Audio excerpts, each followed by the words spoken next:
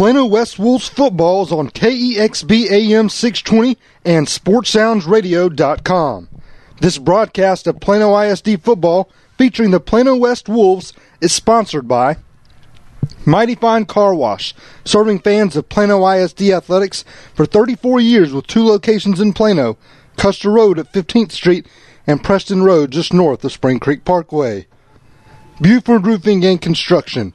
When you use Buford Roofing and Construction, you can consider yourself protected and customer satisfaction is guaranteed. Rodenbaugh's Flooring America and Appliances on Main Street in downtown Allen, serving the folks of Collin County for more than 50 years. Point of Origin Design providing screen printing, embroidery, and design services online at pointoforigindesign.com. Flat Shell Auto Service and Repair Center on Preston Road at I-635.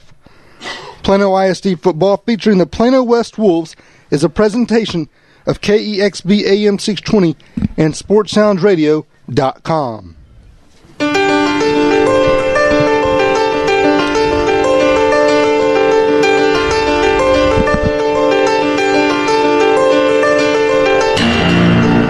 Last Friday night, Plano West battled the Marcus Marauders down to the wire before falling 23-21. The Wolves' season now hangs in the balance as their hopes of moving on to the state playoffs come down to the final 4 weeks of the season. Tonight, Plano West takes their show on the road as they face the Lewisville Fightin' Farmers in a key District 6-6A showdown. Hello, everybody. Reagan Radcliffe and David Collier with you on a terrific night in mid-October for football here in North Texas as Plano West and Lewisville getting set to square off at Max Goldsmith Stadium. And when David, a quick look back at last week's loss, a tough one at home against a very talented Marcus team. In the end, just could not find a way to pull that one out in a 2-point loss. Yes, exactly right, Reagan. Ended up being a 23-21 final in favor of the Marauders. But, there was a lot in that game that these Wolves can build on. You look, that was a very good team that they played. That was no slouch. That was a very, very talented Marcus club. And in the second half, this Plano West defense was on fire. You look possession after possession, held Marcus to a 3-and-out, but ultimately their struggles came on the offensive side where they just couldn't get anything going late when they had an opportunity to go tie the game or win the game. And looking back, you can say it was a big missed opportunity, but it's over and done with, and I'm sure that's been the message from Scott Smith this week. Take the positives, put the rest of it in the trash, and move on. It's a tough defeat, but that effort last week showed what this team is capable. And now, if they can play like this in these last 4 games, you just hope for the best, see what you can put up win-wise, and then maybe you get some help on the rest of the way. Despite the loss, you feel like Plano West is turning a bit of a corner. We'll talk to Scott Smith more about that tonight in the pregame show. And the loss last week, though, puts the Wolves in a very difficult spot. They're now 1-3 in the district standings, and it's an uphill battle. They still got a chance to get in the playoffs, but they've got their work cut out for them. Oh, no doubt. It's amazing how some of these close calls really could come back to kind of bite Plano West a little bit when it's all said and done. But all hope isn't lost yet. There's still a lot of football to be played, and you look at the playoff picture right now. Allen, Marcus, and Plano East are pretty much sitting pretty right now, with either no loss or just 1 loss each from Marcus and Plano East. Allen, of course, is undefeated. So you have to feel like those 3 teams are in pretty safe shape right now as far as the playoffs are concerned. So that leaves it all to that last spot. Everyone's going for it. And you have this Lewisville team that we're going to see here tonight, and McKinney Boyd sitting at 2-2 in district play, just 1 game ahead of Plano West. And so you've got to find a way to get ahead of those teams. And it is doable. First and foremost, you got to control what you can control. You got Lewisville tonight. If you can get a win head-to-head against Lewisville, you kind of control your own destiny against them. But then there's still McKinney Boyd to worry about. And when you get to that point, that's where things get a little bit funky, and you're going to need some help along the way, because you certainly hope for the best. You never want to say a game's a loss before it is. But Plano West has Allen on the schedule, and we all know you can't count that in the win column by any means. Could they pull off an upset? Sure, but that's one that you have to look at. You just don't know at this point. So if you can finish the season 3-1, you look at what McKinney Boyd would have to do. They've still got a schedule in front of them that have some games that could help you out in the long run. But whenever you look at this team, when you look at what Plano West has to do, when you look at what McKinney Boyd has to do, you need them to really lose, probably 3 of their final 4 before you're in kind of that situation where you're in a deadlock and they've got the tiebreaker over. So they're not done yet. They're going to need some help. but they can still do themselves a lot of favor the rest of the way if they can win out. Let's take a look at this Lewisville team that they'll face tonight on the road here at Max Goldsmith Stadium, and they'll have their work cut out for them, especially on the defensive side. They face another talented dual-threat quarterback in Aubryon Bob, and also a very physical defensive unit. Oh, no doubt. It seems like everyone these days has a mobile quarterback. That's what we've seen a lot this season, and, of course, as you said, Plano West is up against it again tonight. Last week, this Plano West defense just did such a nice job of making adjustments during the game. In the first half, they really couldn't stop the Marauders between the 20s, but held tough in the red zone. Second half, after that first possession in the second half, it was lights out for this Plano West defense. And so they're going to need an effort for that like that tonight. You mentioned him, Aubryon Bob, the talented quarterback for Lewisville. He's only thrown for 772 yards this season, but he's got 11 touchdowns to just 3 interceptions, and where he really gives defense fits. You mentioned he's a dual-threat guy. He's got 481 rushing yards on 84 carries. That's over 5.5 yards per carry. So he's going to play an impact there, and that's something Plano West is certainly going to have to look at. But then you've got to look out wide. That stud wide receiver, Tyrell Shavers, uses that big 6'6", 200-pound frame to just physically dominate corners. And you look at what he's done this season, 25 receptions, 564 receiving yards, 7 touchdowns. Certainly going to be fun to watch him go up against Day Kilpatrick or Justin Fisher, whichever side he gets lined up on tonight. It's going to be really fun to watch. You mentioned the physical defense, and this defense is a unit that can really give teams fits. They go with 3-4 defense, so a little bit different look that you're not accustomed to seeing week by week, but so that's something I'm sure that's been a big point of emphasis this week for the Wolves in practice. You look at Lewisville, held Hebron to just 14 points, Richland to 22 points, and Flower Mound to 21 points. So this isn't your typical high school defense that's just going to give up all kind of points, and it depend on their offense to outscore you. So it's going to really be key, and they're all led with their free safety, Matthew Kibbe. Head coach Greg Miller for Lewisville said that this junior is the most physical player on the defense, and so he's going to be bringing it. He's going to make sure their guys are lined up in the right spot, and when you look at it already, I really do think that these teams are pretty evenly matched on paper. We could have a really fun one tonight. Yeah, a lot riding on this one. It's going to be a great one. It's Plano West and Lewisville tonight from Max Goldsmith Stadium. When we come back from the break, we'll take a look around District 668, tell you what's on tap for tonight. We'll also give you an inside look at some of the other marquee matchups in the Metroplex this weekend. That's coming up next on the Buford Roofing pregame show on KEXB 620 AM and SportsSoundsRadio.com. My name is Maury Buford, owner of Buford Roofing and Construction. Being a former NFL player for the '85 Super Bowl champion Chicago Bears, I understand the meaning of teamwork. Replacing your roof is a total team effort from the moment one of our representatives steps foot on your property until the final inspection is made. Mention this ad and receive up to $1,000 off your roof replacement. What are you waiting for? Call us at 817-329-ROOF or go online at BufordRoofing.com. Candlewood Suites Fort Worth West is a quality, award-winning extended stay hotel offering daily, weekly, and monthly rates. Guests rank us 4.8 out of 5 stars. Our 80-suite hotel offers guests the comforts of home, from premium beds and custom-designed kitchenettes to free high-speed internet and guest laundry. Our hotel is clean, energy-efficient, and pet-friendly. Candlewood Suites Fort Worth West is an excellent choice for relocations, TDY assignments, training classes, and business and leisure travelers. It is also a wonderful choice for a family getaway, as we are nestled right in front of Dallas-Fort Worth's premier water park, Hawaiian Falls. Come stay with us and enjoy all there is to do and see in West Fort Worth. At Candlewood Suites Fort Worth West, we are committed to community. We proudly serve Tarrant County College, Lockheed Martin, and NAS Fort Worth Joint Reserve Base. Thank you for your service. Book reservations today at CandlewoodSuitesFortWorth.com. That's CandlewoodSuitesFortWorth.com.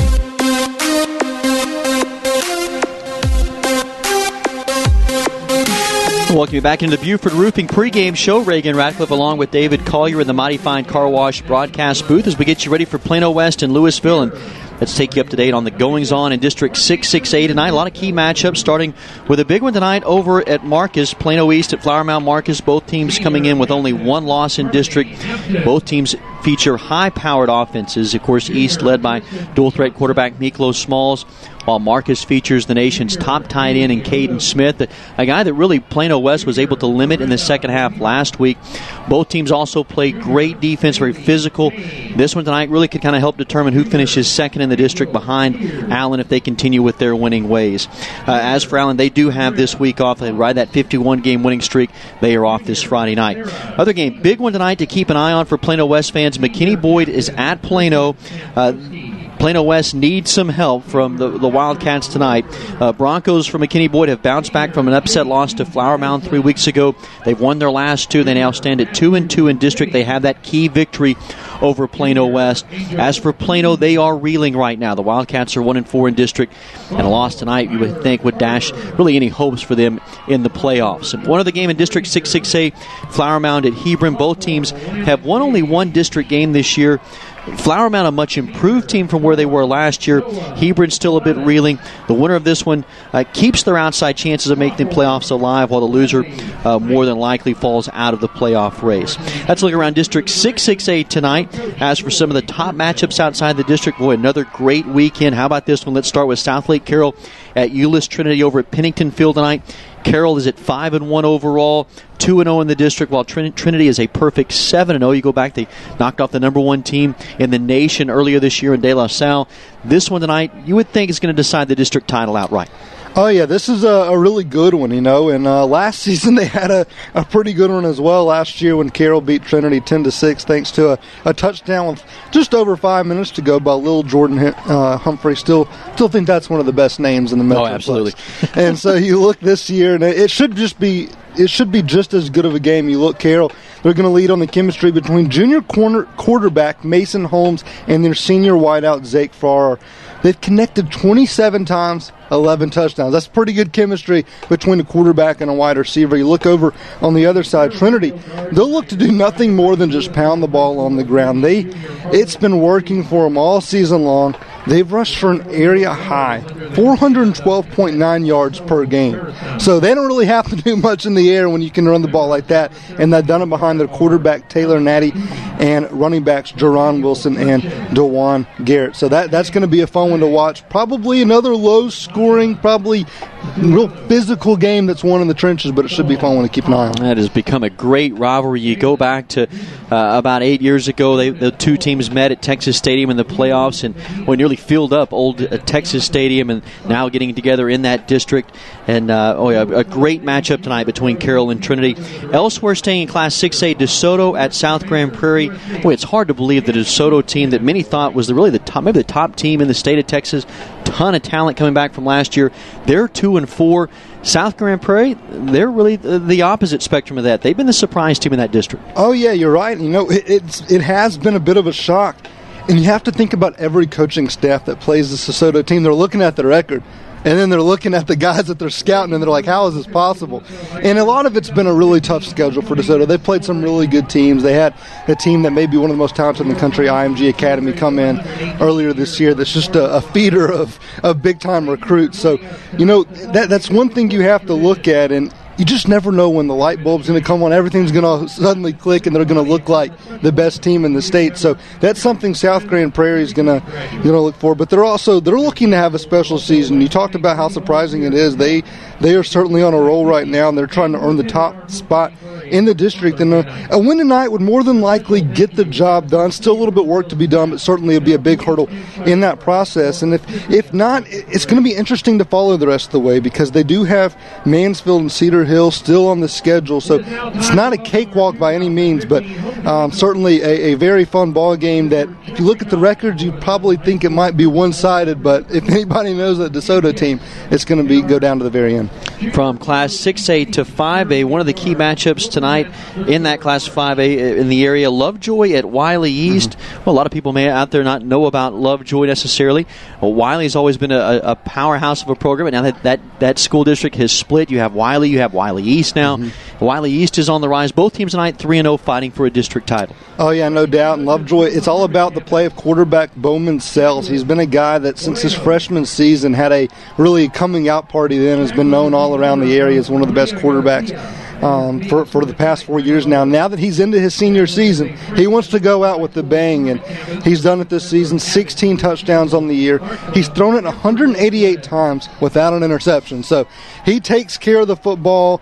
And also this season, he's developed a little bit of a running threat. He's racked up 443 yards on the ground and 8 rushing touchdowns as well. So not a guy that he can definitely sit in the pocket and rely on his arm, but has done a little more running the ball as well. And you mentioned Wiley East. They've got plenty of playmakers as well offensively. And this may be a shootout with these two schools. Wiley East has become one of the hottest offenses around. They're averaging 46.5 points per game and over 500 yards of total offense. So should be a fun one to watch too.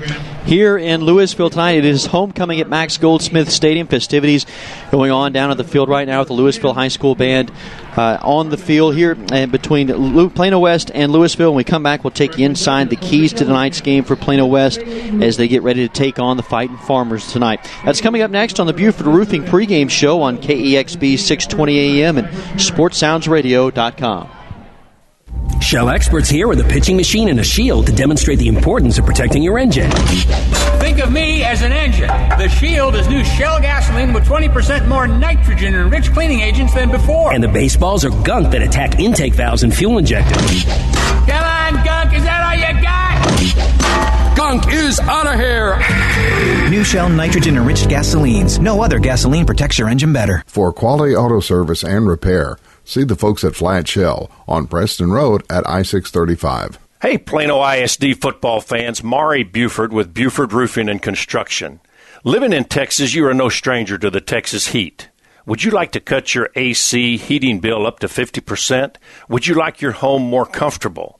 Foam insulation is your answer. Call me for a free analysis and estimate of your home and start saving money now. We can be reached at 817-329-ROOF or at our website, BufordRoofing.com.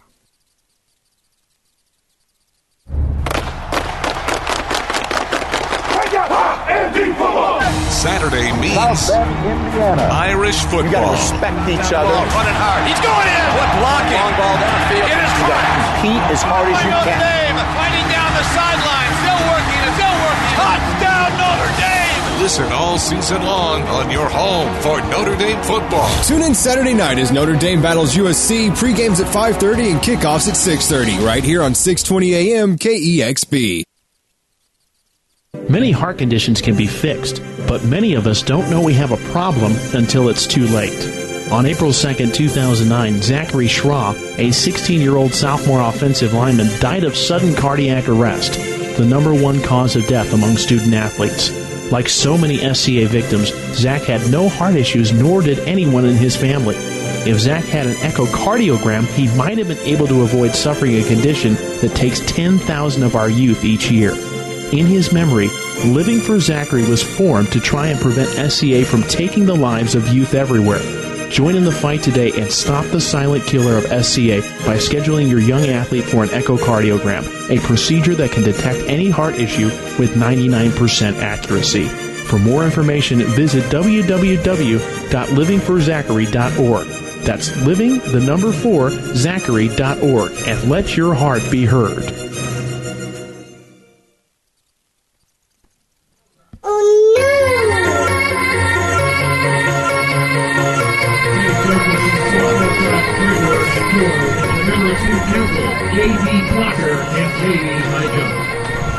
And welcome you back to Max Goldsmith Stadium in Lewisville, Texas, and the Buford Roofing pregame show. Reagan Ratcliffe along with David Collier tonight, the Mighty Fine Car Wash broadcast booth.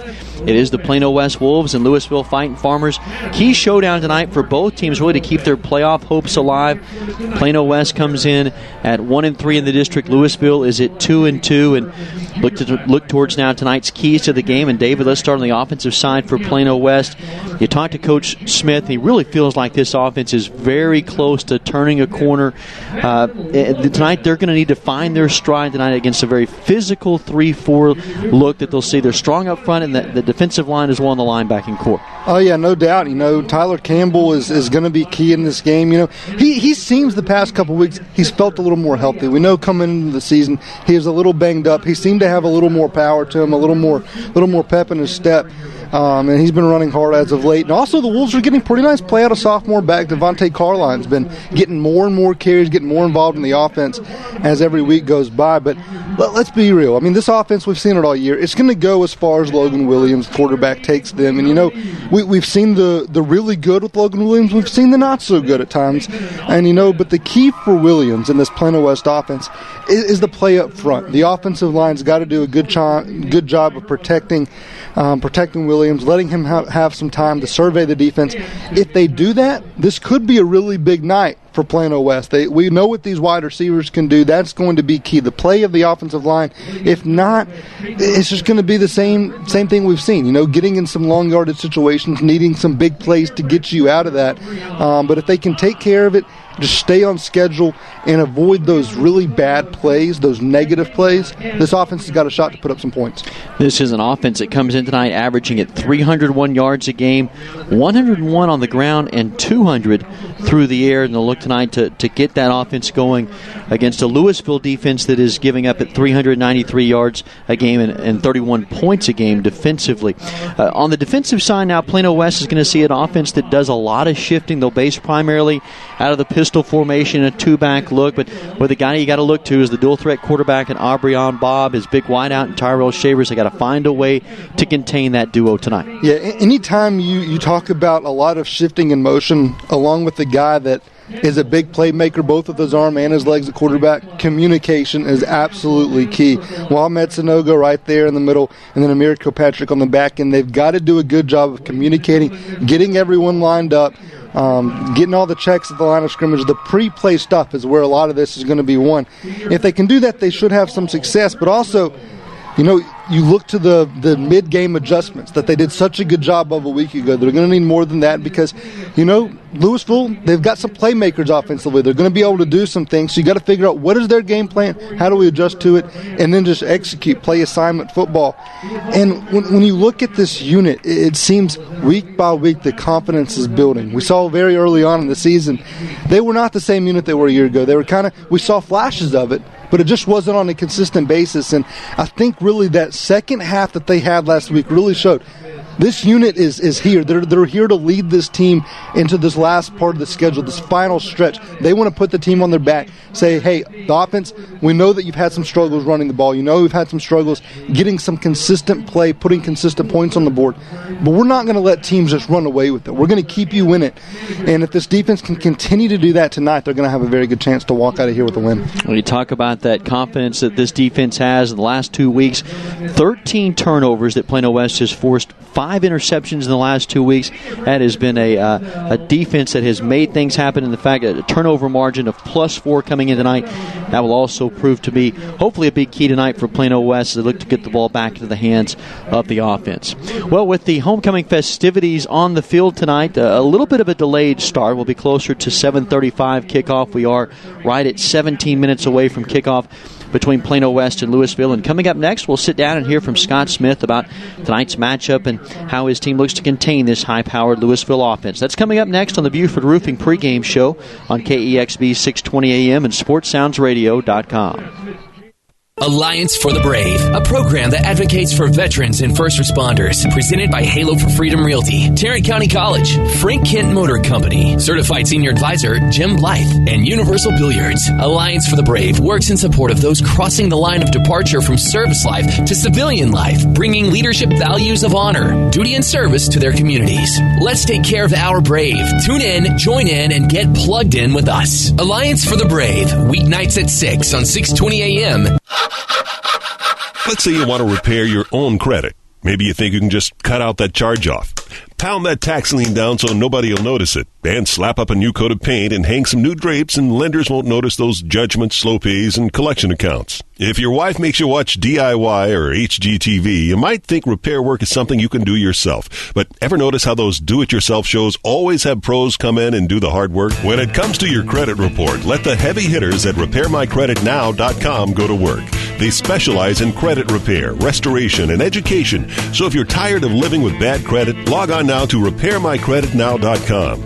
You don't have to live with bad credit, and you can start the repair process by logging on RepairMyCreditNow.com. In fact, log on right now and get your free credit report repair evaluation from RepairMyCreditNow.com. Don't try to do it yourself. Is that blood? Log on now to RepairMyCreditNow.com. Shell experts here with a pitching machine and a shield to demonstrate the importance of protecting your engine. Think of me as an engine. The Shield is new Shell gasoline with 20% more nitrogen and rich cleaning agents than before. And the baseballs are gunk that attack intake valves and fuel injectors. Come on, gunk, is that all you got? Gunk is out of here. New Shell nitrogen-enriched gasolines. No other gasoline protects your engine better. For quality auto service and repair, see the folks at Flat Shell on Preston Road at I-635. Want a clean car? You'll have one when you use Mighty Fine Car Wash. Go with the pros that have been cleaning cars for over 34 years. Mighty Fine Car Wash offers both fast lane exterior and full-service washes. You'll always get a top-quality wash quickly and at a fair price. Same owner, same phone number for over 34 years. Mighty Fine Car Wash, with 7 DFW locations, including Custer at 15th and Preston Road just north of Spring Creek and Plano. Mighty Fine Car Wash.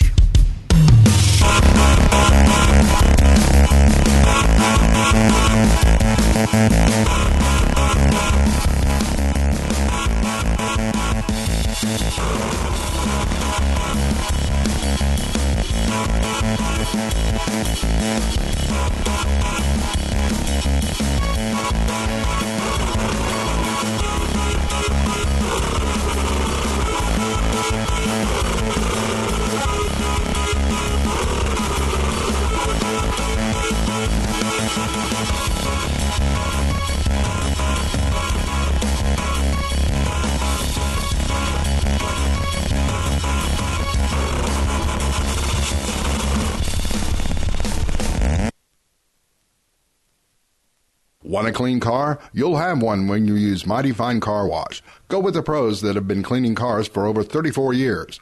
Mighty Fine Car Wash offers both fast lane exterior and full-service washes. You'll always get a top-quality wash quickly and at a fair price. Same owner, same phone number for over 34 years.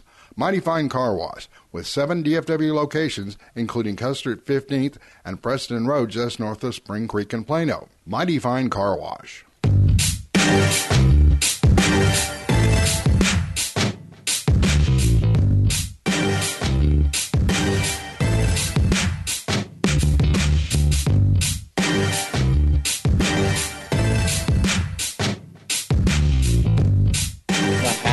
Result, but do you sense this team is getting real close to turning a corner? Yeah, we're really excited about that. We think we're right there at the corner. We just got to grab hold of the wheel and yank it and accelerate through the bend, We just did everything we needed to do except finish last week, and really proud of the way our kids played, man, to give us a chance there at the fourth quarter against a really talented football team. Obviously, some people think they're pretty good. They're like, no, in the top 10 in the area. So to be where we wanted to be and have a chance to finish at the end, proud of that, but boy, it just leaves a pit in your stomach when you can't finish that deal. An area that you have to really be proud of is the defensive effort that you're getting. You held Plano to 7 points 2 weeks ago, a very talented offense, and Marcus to 23. What have you seen from this defensive unit that's allowed them to make those strides? Yeah, I think they're just gelling. They're starting to come together as a group. It's not about one or two kids. It's about, not just 11. It's about all of them on the defensive side of the ball coming together and buying into what their role is on Monday, Tuesday, Wednesday, and Thursday. And they're starting to do that, and I think you're starting to see that as on the play on Friday night. And that's pretty exciting because I think we really have played well defensively the last couple of weeks. As for the offense, you got to feel like you're really close as well to that breakout game. You've had some big performances from Logan Williams, and then in the running back in Devontae Carlin, a huge run last week. What needs to transpire for this offense to be able to click on all cylinders? Well, we kind of hang our hat on a little bit of our run game, and that kind of dictates everything else that we do. And so, when we're running the ball well, then our passing game goes well, and Logan has a chance to have a big night, as you've seen a couple of times.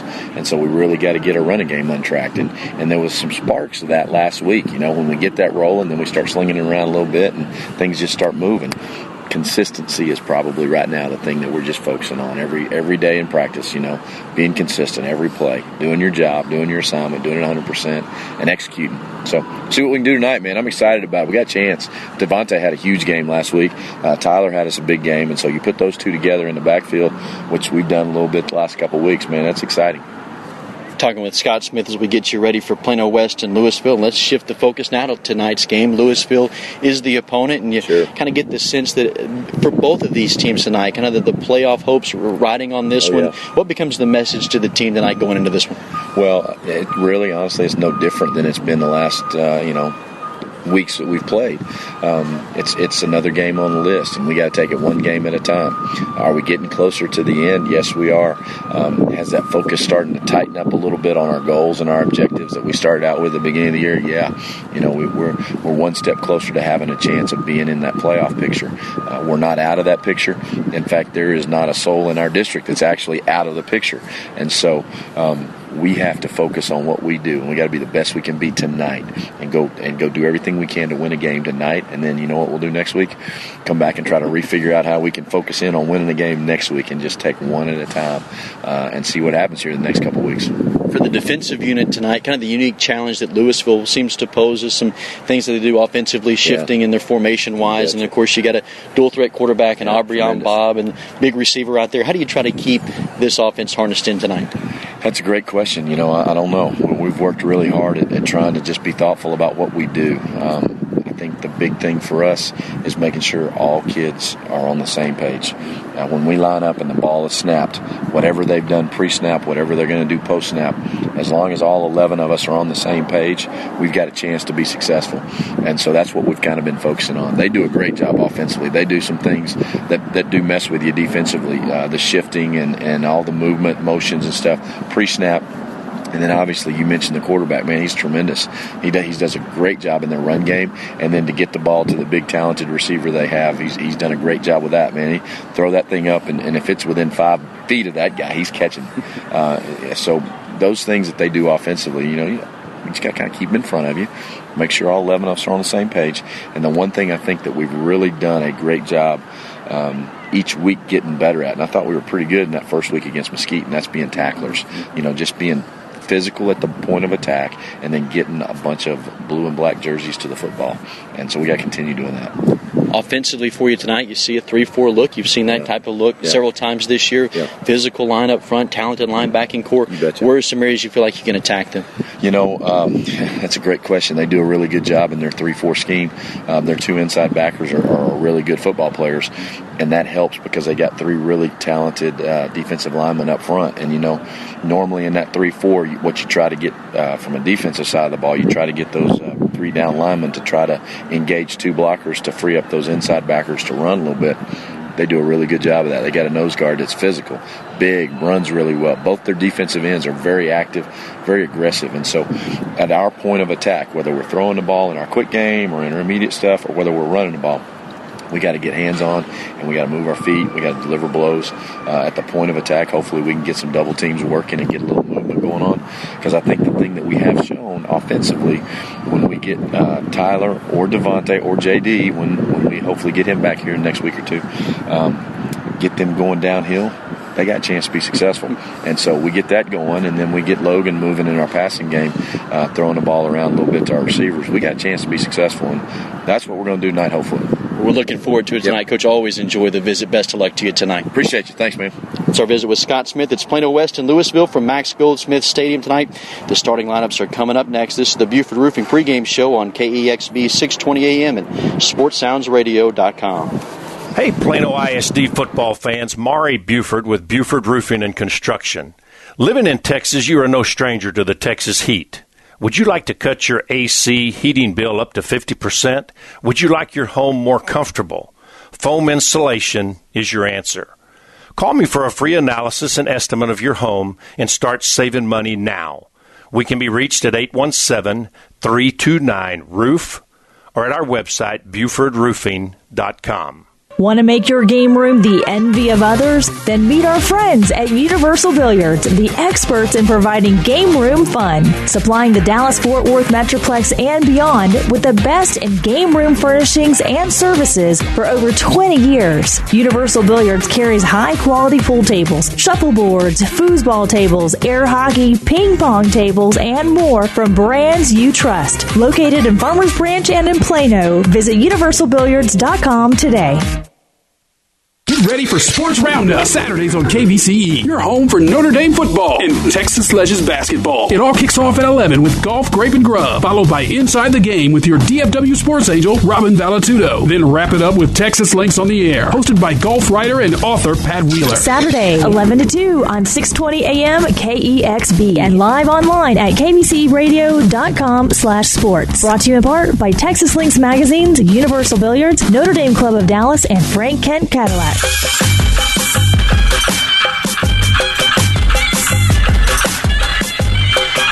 Welcome you back to the Buford Roofing pregame show in the Mighty Fine Car Wash broadcast booth. Reagan Ratcliffe and David Colliers. We get you set for kickoff between Plano West and Lewisville.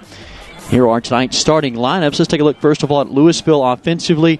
Across the front line, very large and physical, starting at their weak side tackle, Denzel Okafor, 6'3", 295, senior. Opposite of him is Jackson Richmond. Richmond stands at 6'3", 284, just a junior.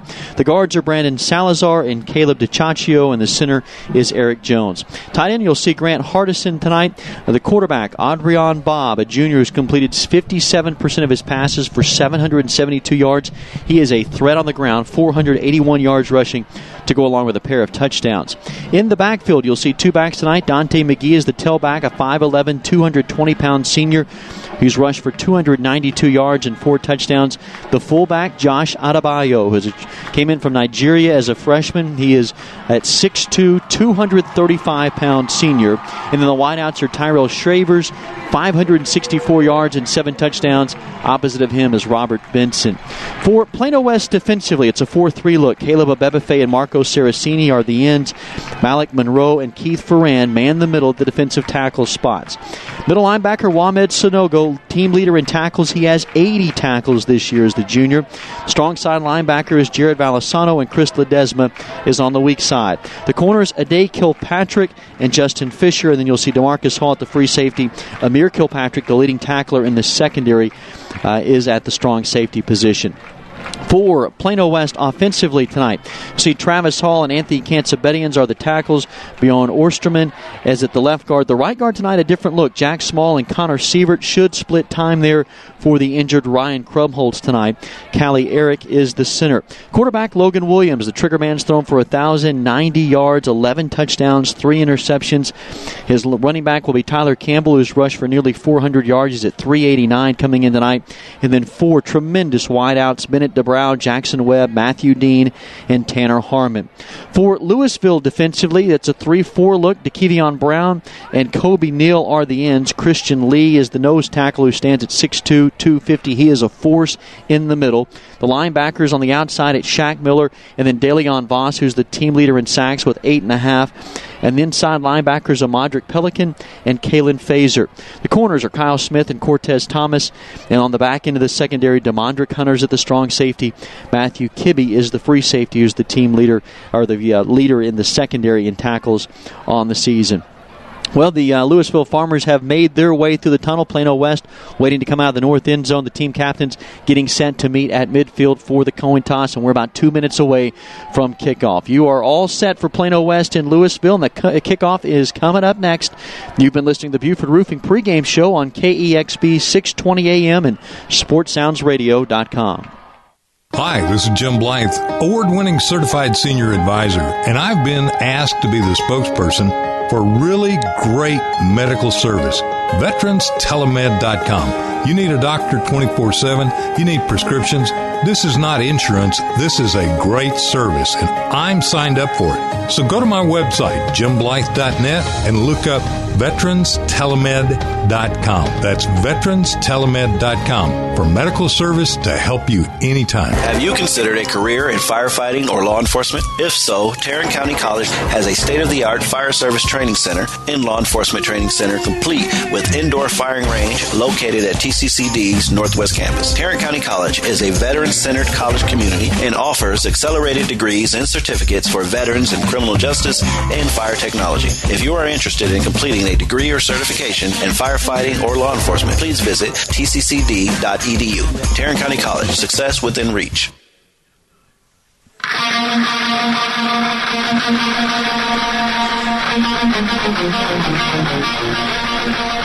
And we welcome you back to Max Goldsmith Stadium on a terrific night for high school football in Lewisville, Texas.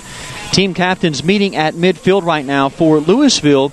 That is Denzel Okafor, the left tackle, along with Kalen Fazer, inside linebacker, James Johnston, and DeKevion Brown. For Plano West, team captains tonight include Alex Cruz, Ryan Krumholtz, Kevin Rincliffe, and Radisson Munnerline.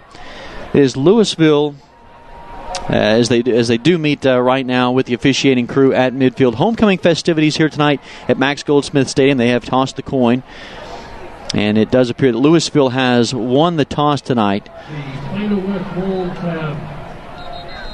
And Lewisville will receive, and it will be Plano West who will defend the north end zones. They exchange handshakes, and so when we come back from the break, Plano West will be kicking off. Lewisville will start off tonight on the offensive side. You're all set for Plano West and Lewisville. Hard-hitting action coming up next on KEXB 620 AM and SportsSoundsRadio.com. Peace of mind. It comes from knowing that you and your loved ones are protected. Hello, this is Jim Blythe, and I'm here to tell you about the DFW Academy of Estate Planning Attorneys. Learn how to protect your loved ones and your wealth by attending one of the Academy's Estate Planning and Legacy Wealth Management Seminars. These Estate Planning and Legacy Wealth Management Seminars reveal how to plan for the real-life issues facing families today and how a customized estate plan can help you transfer your assets and your legacy to your loved ones without the hassle and expense of probate. You owe it to yourself and to your family to learn more by attending this special presentation. For estate planning seminar dates and to make a reservation, call the DFW Academy of Estate Planning Attorneys today at 844-278-6604. That's 844-278-6604, providing you and your family peace of mind. Want a clean car? You'll have one when you use Mighty Fine Car Wash. Go with the pros that have been cleaning cars for over 34 years. Mighty Fine Car Wash offers both fast lane exterior and full service washes. You'll always get a top quality wash quickly and at a fair price. Same owner, same phone number for over 34 years. Mighty Fine Car Wash with 7 DFW locations, including Custer at 15th and Preston Road just north of Spring Creek and Plano. Mighty Fine Car Wash.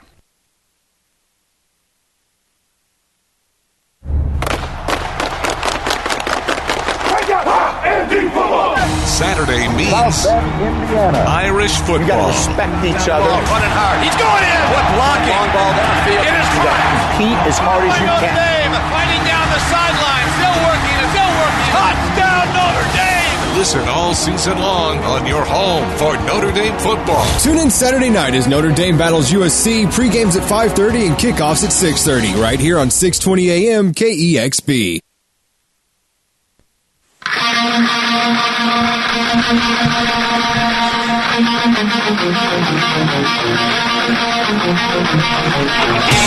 From Max Goldsmith Stadium in Lewisville, Texas, it's a key showdown in District 66A as Plano West and Lewisville get set to meet under the lights. Hello, everybody. Along with our broadcast partner, David Collier, I'm Reagan Ratcliffe. It is an absolutely terrific night for high school football in the Metroplex. An ideal 70 degrees, a slight breeze tonight blowing out of the north. As Plano West will kick things off tonight to Lewisville. The Wolves come in at 2-4, 1-3 in district after a hard-fought 23-21 loss to Marcus last week. As for Lewisville, they survived against Flower Mound to win 26-21. They've improved to 2-2 in the district. Last time these two teams met, you go back to last year at home over in Plano. The Wolves ran away from Lewisville by a score of 55-22. Plano West that night racked up 503 yards of offense. They were led by their quarterback, Robert Colmary, who threw 202 yards through the air. As for the head coaches For Plano West, Scott Smith in his first season with the Wolves comes in with an overall record of 55-51.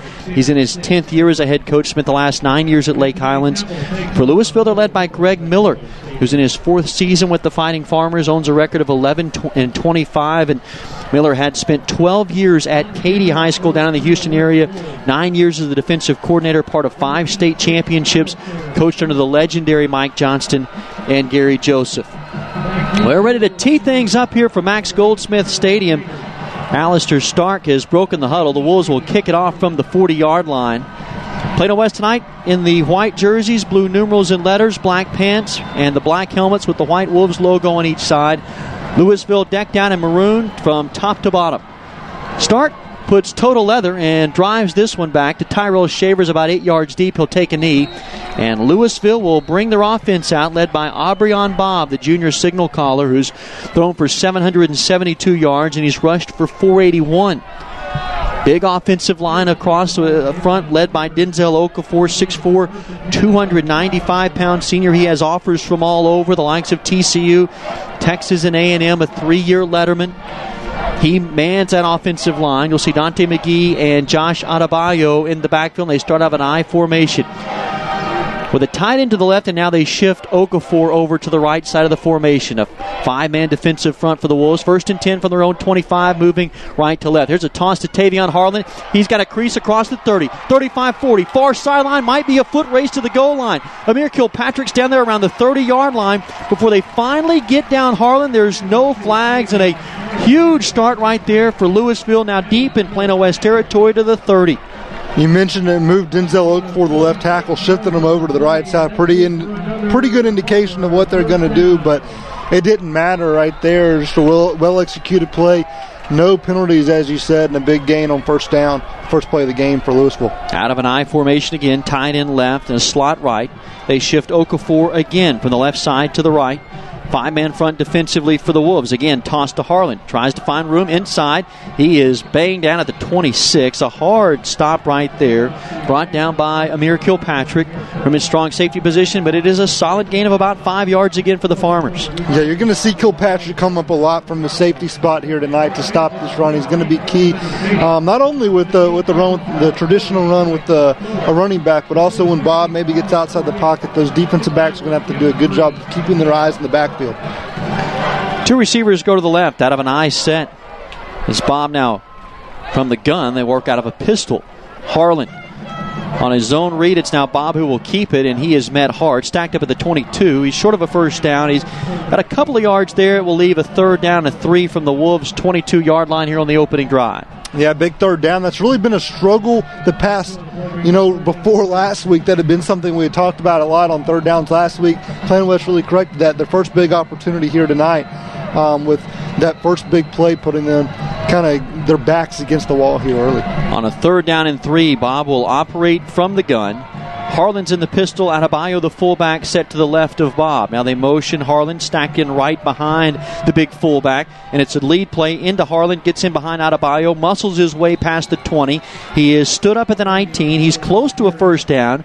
Appears to have, at least from our vantage point, very close to the 18-yard line. The sticks are at the 19. He is to the 18. It's a first down for Lewisville with 10-11 to go first quarter. And Lewisville, their opening drive, marching deep into Wolves territory. Needed 3 yards, got 4 yards. That's the way it works sometimes, and Lewisville doing a good job of sticking to who they are, despite kind of the 3rd and 3, where sometimes you think about passing it, keeping it on the ground, and doing a good job of executing up front and picking it up. I formation behind Bob, who goes under center. Toss left to Harlan. Cuts up inside. He's met at the line of scrimmage, but muscles his way forward past the 15. Slips a tackle and gets to the 13 before he's brought down. And it's the diminutive Tavion Harlan, who only stands at about 5'6", but gets in behind that big offensive line to find a little crease and get about 6. Yeah, in that pitch, that helps him gain some momentum before he gets to the line of scrimmage. While he may not be the biggest guy, get that extra little burst right there to have some momentum going forward, making it that much tougher if he is contact at the line of scrimmage to at least push forward and get some yards. And they're having some success very early on. 2nd and 4 from the Wolves' 13-yard line. Lewisville moving right to left. No score. 9-12 and counting first quarter. Bob in the gun. Handoff. Harlan starts left, cuts back right. right. He's swallowed up in the backfield. Shoved back past the 15. They'll give him forward progress at the 15-yard line. First man there that time again was Kilpatrick. Also Jared Valisano from the strong side position. His linebacker spot comes up, makes the stop. It'll bring up a 3rd and 5. Yeah, Kilpatrick almost whiffed on that, reached out, barely got a hold of him, and was able to keep his hands, wait for his teammates to come help out.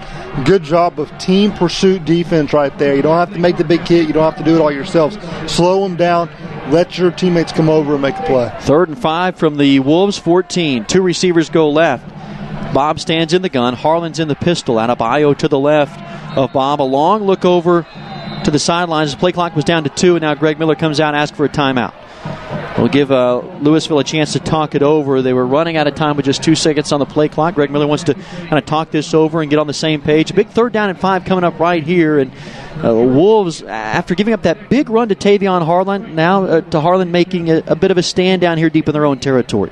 Yeah, this is going to be a really big play right here. You mentioned, you look, and if you're Plano West, obviously you want to hold them to either a field goal attempt or a 4th down situation. And if you're Lewisville, you're thinking, your field goal kicker, Matt McDonald, only a 2-for-2 field goals, but he's only attempted 2 all year, so you're not exactly comfortable at doing that. So certainly they want to, at least if they don't pick up the 1st down, make it to a very 4th and manageable right here.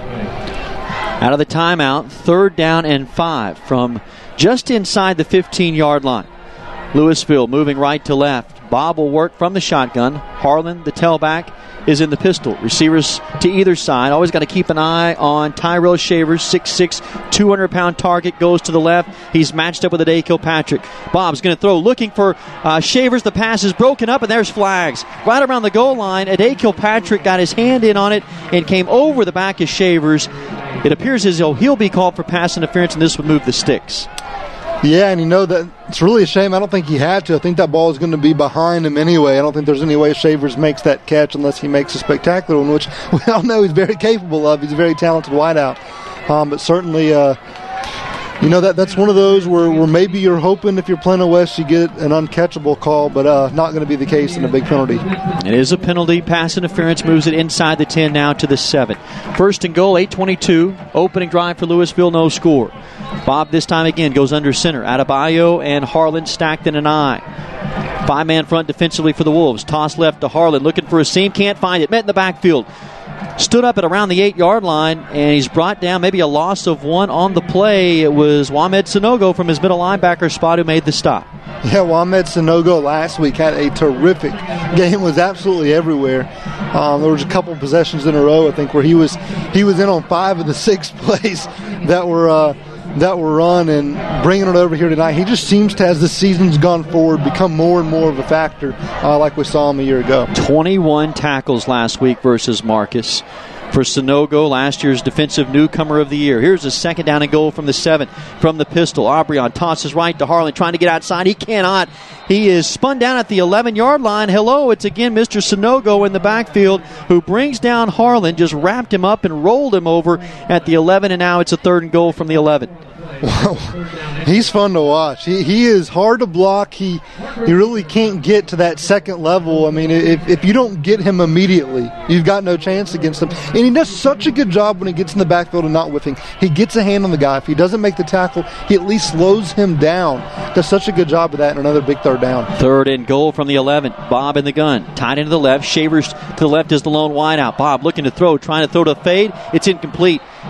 Shavers was covered well by Kilpatrick. He had to go to a check down and was looking for the tight end, and James Johnston, who does not have a reception this year, threw that into the flats over his head. It's a 4th down, and the Wolves bend but don't break, and they hold Lewisville. Now here comes a field goal attempt from Matt McDonald. This is really the way they started the game a week ago, and right there, Aubryon Bob kind of staring down Shavers from the get-go. Going to be something to watch here tonight.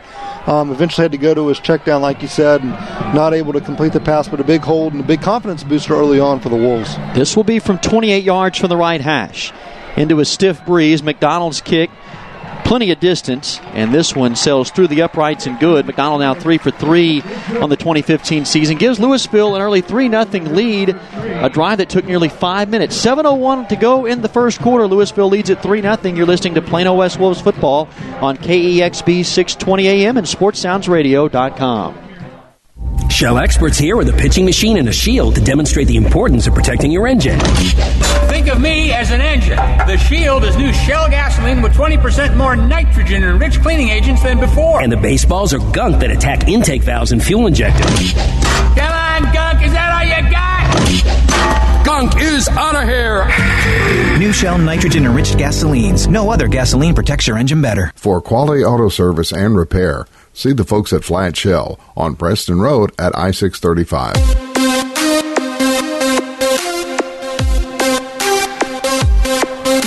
3-0 Lewisville on the field goal from Matt McDonald from 28 yards out from the right hash gives the Farmers an early 3-0 lead. But a nice job defensively by Plano West after a huge run by Tavion Harlan to start that drive. Over about a 60-yard run by Harlan. Plano West deep in their own territory, able to hold. So here we go, the kickoff from McDonald. With the Wolves down 3-0. Long look by McDonald here over to the sidelines to get the call as to where they want this kick sent. Whistles blow with 7:01 to go in the first quarter. McDonald checks to his left and to his right. Now he approaches.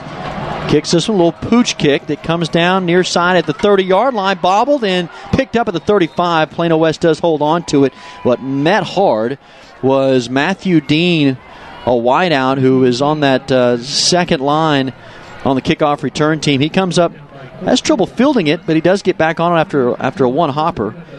And the Wolves dodge a bullet there. They'll have it 1st and 10. Good field position here at their own 35. Yeah, Matthew Dean right there. Lucky that ball bounced right back into his belly and was able to corral it.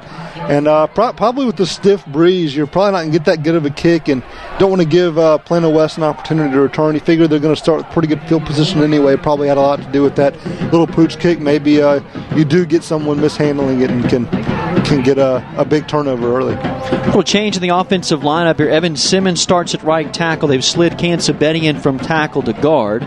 Two-back set here out of the gun. Logan Williams with two receivers left and Benedict Brown, the lone receiver, to the right.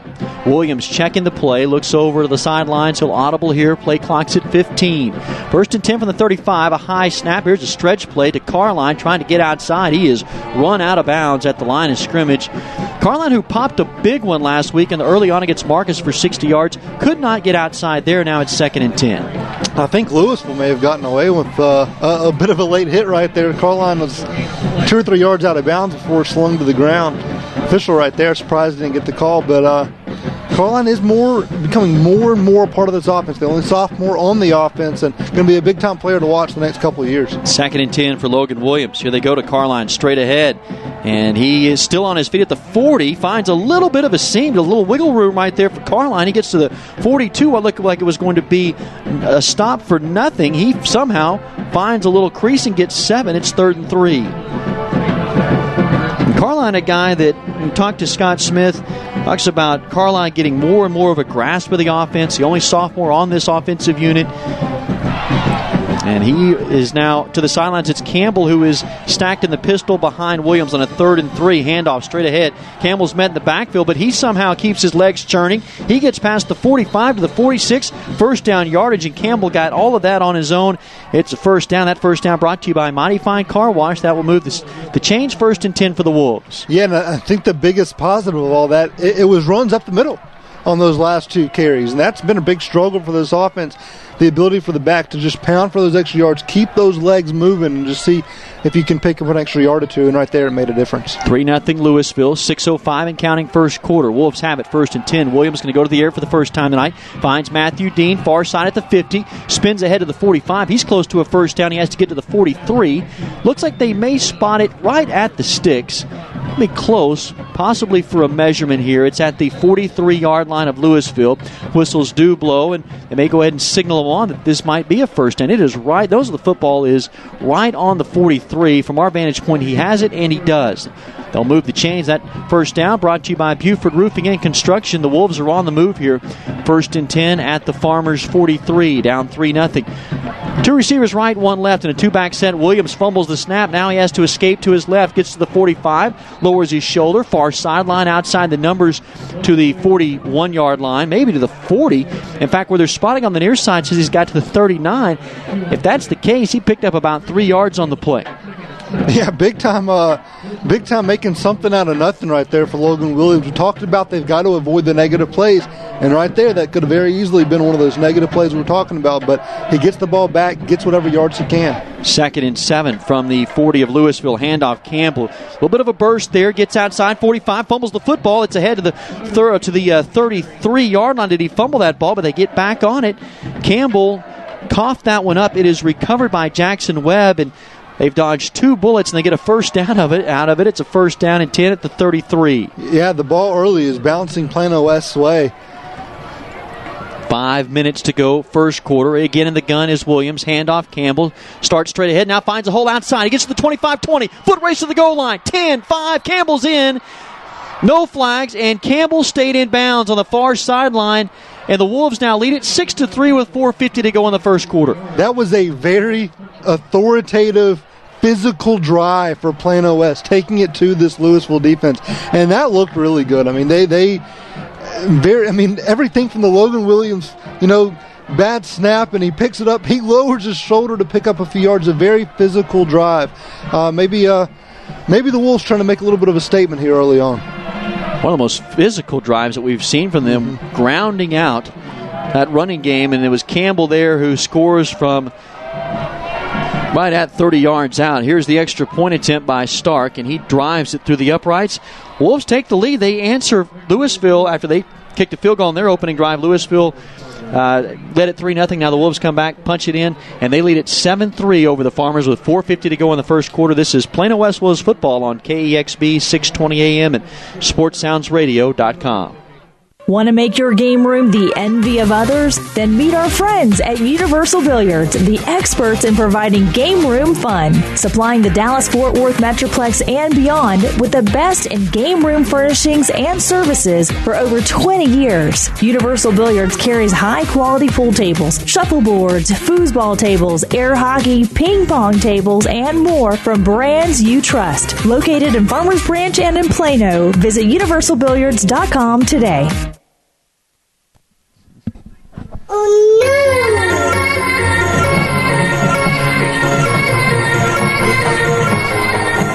Plano West on the board, 7-3 after that touchdown run by Tyler Campbell.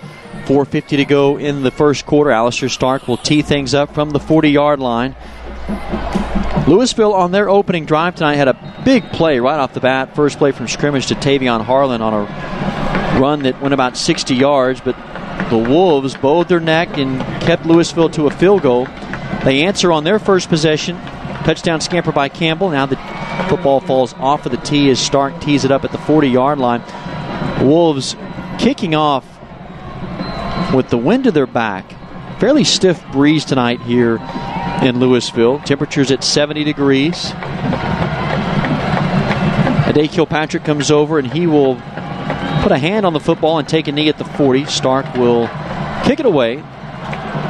Puts that right toe to the football and drives Shavers about 5 yards deep into the end zone, take a knee. Lewisville will come out 1st and 10 with 4:50 to go in the first quarter, and the Wolves on top 7-3.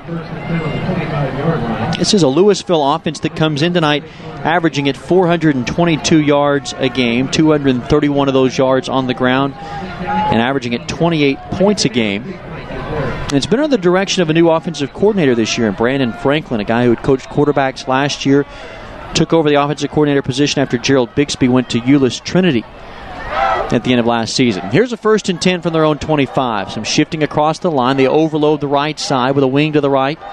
Bob is in the shotgun.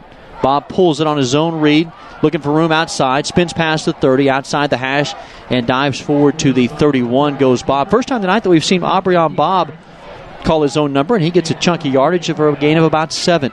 Yeah, right there with the zone read, and you saw Jared Valisano really crashed down on the running back, and Bob just pulled it, picked up an easy few yards, and set yourself up with the second and short. Bob's the leading rusher on this Farmers offensive unit, 481 yards on the ground this year.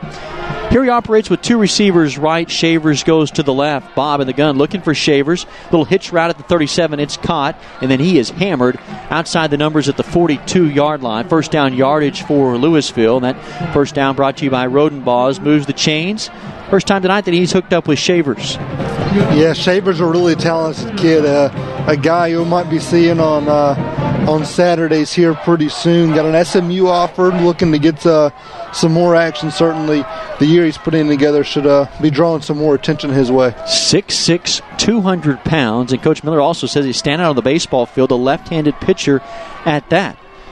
But plenty of talent at the wideout position. Here's a 1st and 10, 3:46 to go first quarter. Handoff. Adebayo, the fullback, is stood up. He has hammered a gain of 1, maybe 2. Boy, it was Titus Wall who came in there and put a hat on him. Now flags fly, a little extracurricular activity in the secondary. Ade Kilpatrick was locked up with Kenry Newton, the wideout. See who they catch on this, if it's offsetting or if it's on either Kilpatrick or Newton. Flag is down back at the 43. It is going to be offsetting.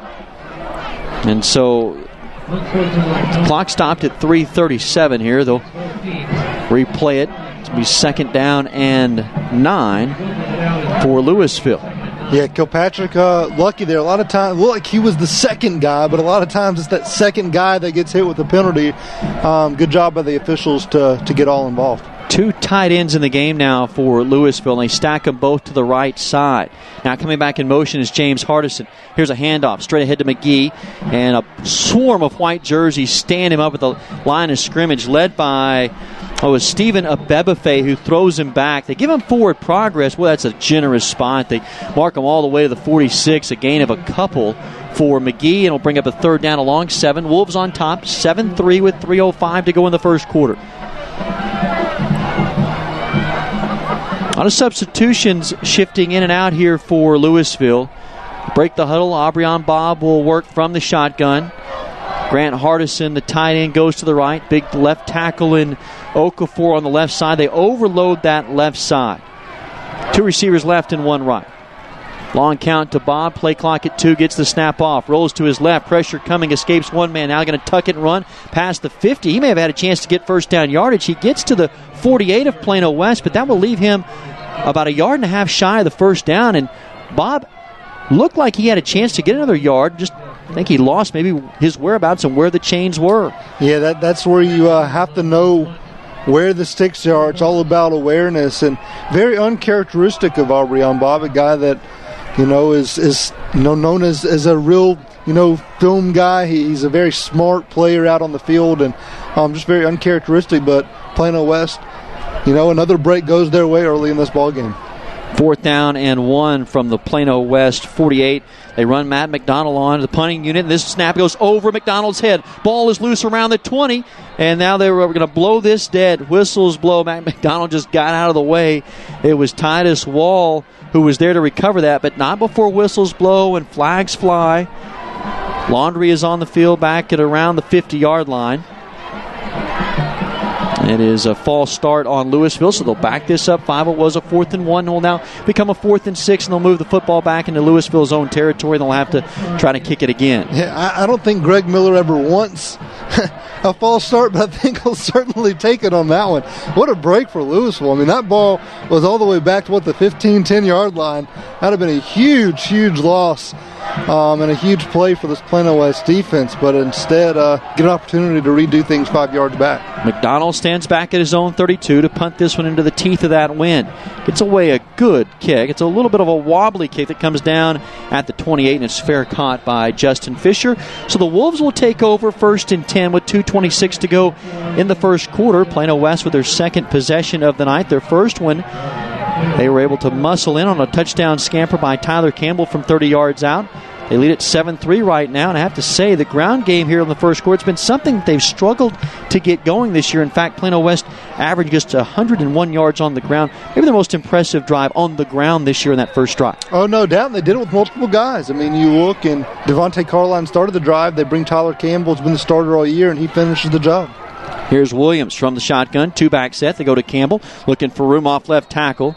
He stood up around the 32, brought down After a gain of about 3 yards, we'll bring up a 2nd down and 7. There's that play that it seems to happen a few times every single week where Logan Williams at least makes it look like he's going to cater on there. They're not fooling anybody, and I'm convinced before the season's over, he's going to keep it one of these times and going to get a big, big gain out of it because no one ever pays a bit of attention. He gave Campbell 4. It's his 2nd and 6. Here's Williams. Play action. Heat coming. Throws over the middle, incomplete. Was looking for Matthew Dean, streaking up the hash at around the 40 of Lewisville. He was double covered. So we'll bring up a 3rd down and 6 with the clock stopped with 1:51 to go in the first quarter. The Wolves on top 7-3. Yeah, Williams airmailed that one, but I think it had to do with a lot of pressure coming from the left side. Was getting pressured in his face as he threw that ball. Maybe not an opportunity to step in, and then it just sailed on him. 3rd and 6, trips to the wide side. Jackson Webb, the lone receiver, left. He slings this one out. Pass caught in the flat at the 37, past the 40. First down yardage. Pass caught by Jace Carter. For Carter, just his 2nd reception of the year. You have to go back to the Plano East game to find his last reception. That's a big one right there. Moves the change. First down brought to you by Point of Origin Designs. 1st and 10 at their own 42. Yeah, this offense has a lot of different receivers they'll get the ball to. Williams is not shy about spreading around. 3 receivers set. Here's a handoff. Campbell cuts upfield to the 45. Near midfield to the 49 goes Campbell. It's a solid gain of close to 7 yards for Tyler Campbell. You talked about in the pregame how he seems to just be getting a little bit more healthy each week and has a little bit different of a gear. And should I say he's getting more healthy? He's down on his knees right now at the 49-yard line, having a hard time getting up. He does now get up on his own accord and kind of hobbling off on his own will, but he does seem tonight to have a little something about him that I think you haven't really seen since maybe that week 1 against Mesquite, the way he's running tonight. Yeah, he's just real physical, making his cuts, being smart with the ball, being patient, number one, and just seeing when the hole is there and then bursting through the hole with a lot of authority, and certainly keep you updated as he goes off on the sidelines. Here's a 2nd down, misdirection play to Carline, gets outside 50, and he was one step away from going to the house. He was tackled by the shoestring at about the 45, and he dives to the 42, and if that tackle's not made, Carline is hit pay dirt from about 50 yards out. Yeah, and I don't know if you could hear it or not, but a few of the fans even kind of grasped right there when they were able to get him. They knew that was a big play that they had just saved. 1st down and 10 at the Lewisville 43, 1:10 to go in the first quarter. Handoff again, Carline starts left, cuts back inside, met by a host of maroon jerseys. Gets a gain of about 2 yards to the 40-yard line where he stopped there. Now it's a 2nd and 7.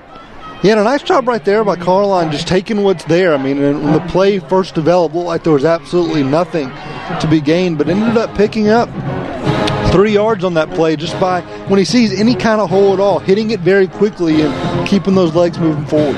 Clock rolling inside, 40 seconds. Man in motion is Matthew Dean. They go on a jet sweep play. He gets outside the 40. He stood up at the 39. Bounces off about 3 tacklers. A pinball machine goes Dean. He gets maybe a yard on the play. That is a hard-earned 1 yard for Matthew Dean, who was getting outside on the jet sweep. There is a flag on the top of the numbers at the 40, and you got to think maybe possibly either some John right there, maybe someone got a hand on a face mask of Matthew Dean. Right now, these two teams are getting awfully chippy here early on in this one. Officials discussing this in between the hash mark and the top of the numbers. It would be a 3rd down and 7 for Plano West, but there is laundry on the field with the clock stopped. 28 seconds to go first quarter. Plano West leads at 7-3, but they're on the move here on their 2nd offensive possession of the night. It is a face mask on Lewisville, and then a personal foul on Plano West. So after all that, they'll replay 2nd down. Well, Dean had just a tremendous extra effort on that. Somebody grabbed his face mask, and you had to think there was a little bit of talking going on down there. So here we go, 2nd and 7 from the 38 of Lewisville. 3-man defensive front for the Farmers. Williams is going to throw. Looks to his left. Fires it in the flat. Pass caught by Dean. First down yardage to the bottom of the numbers of the 30. Stays on his feet. About 5 maroon jerseys get there to finally bring him down. It is a first down brought to you by Flat Shell Service Center, and the Wolves now have it 1st and 10 at the Farmers 30. Yeah, really nice job right there by Logan Williams to hit Dean out, and just a little quick out route, able to get it out there, pick up an easy first down, and Matthew Dean running hard as well after the catch. Clock down to 3 seconds. This will be the final play of the first quarter. They go on a counter play to Carline. Dances outside to the left and is spun down at the 25-yard line. Man brought him down with Shaq Miller, the outside linebacker. It's a gain of about 3 to the 25, and that does bring us to the end of the first quarter. 12 minutes in the books tonight from Max Goldsmith Stadium in Lewisville, and the Wolves have a 7-3 lead over the Farmers. This is Plano West Wolves football on KEXB 620 AM and SportsSoundsRadio.com. Shell experts here with a pitching machine and a shield to demonstrate the importance of protecting your engine. Think of me as an engine. The Shield is new Shell gasoline with 20% more nitrogen and rich cleaning agents than before. And the baseballs are gunk that attack intake valves and fuel injectors. Come on, gunk, is that all you got? Gunk is out of here. New Shell nitrogen-enriched gasolines. No other gasoline protects your engine better. For quality auto service and repair, see the folks at Flat Shell on Preston Road at I-635. Rodenbaugh's, located at 102 West Main Street in Allen, has all of your appliance and floor covering needs. Rodenbaugh's offers expert sales and installation on carpet, wood, ceramic, marble, and vinyl flooring. The appliance showroom displays state-of-the-art name-brand home appliances. As always, Rodenbaugh's backs up their knowledgeable sales with factory-trained service technicians.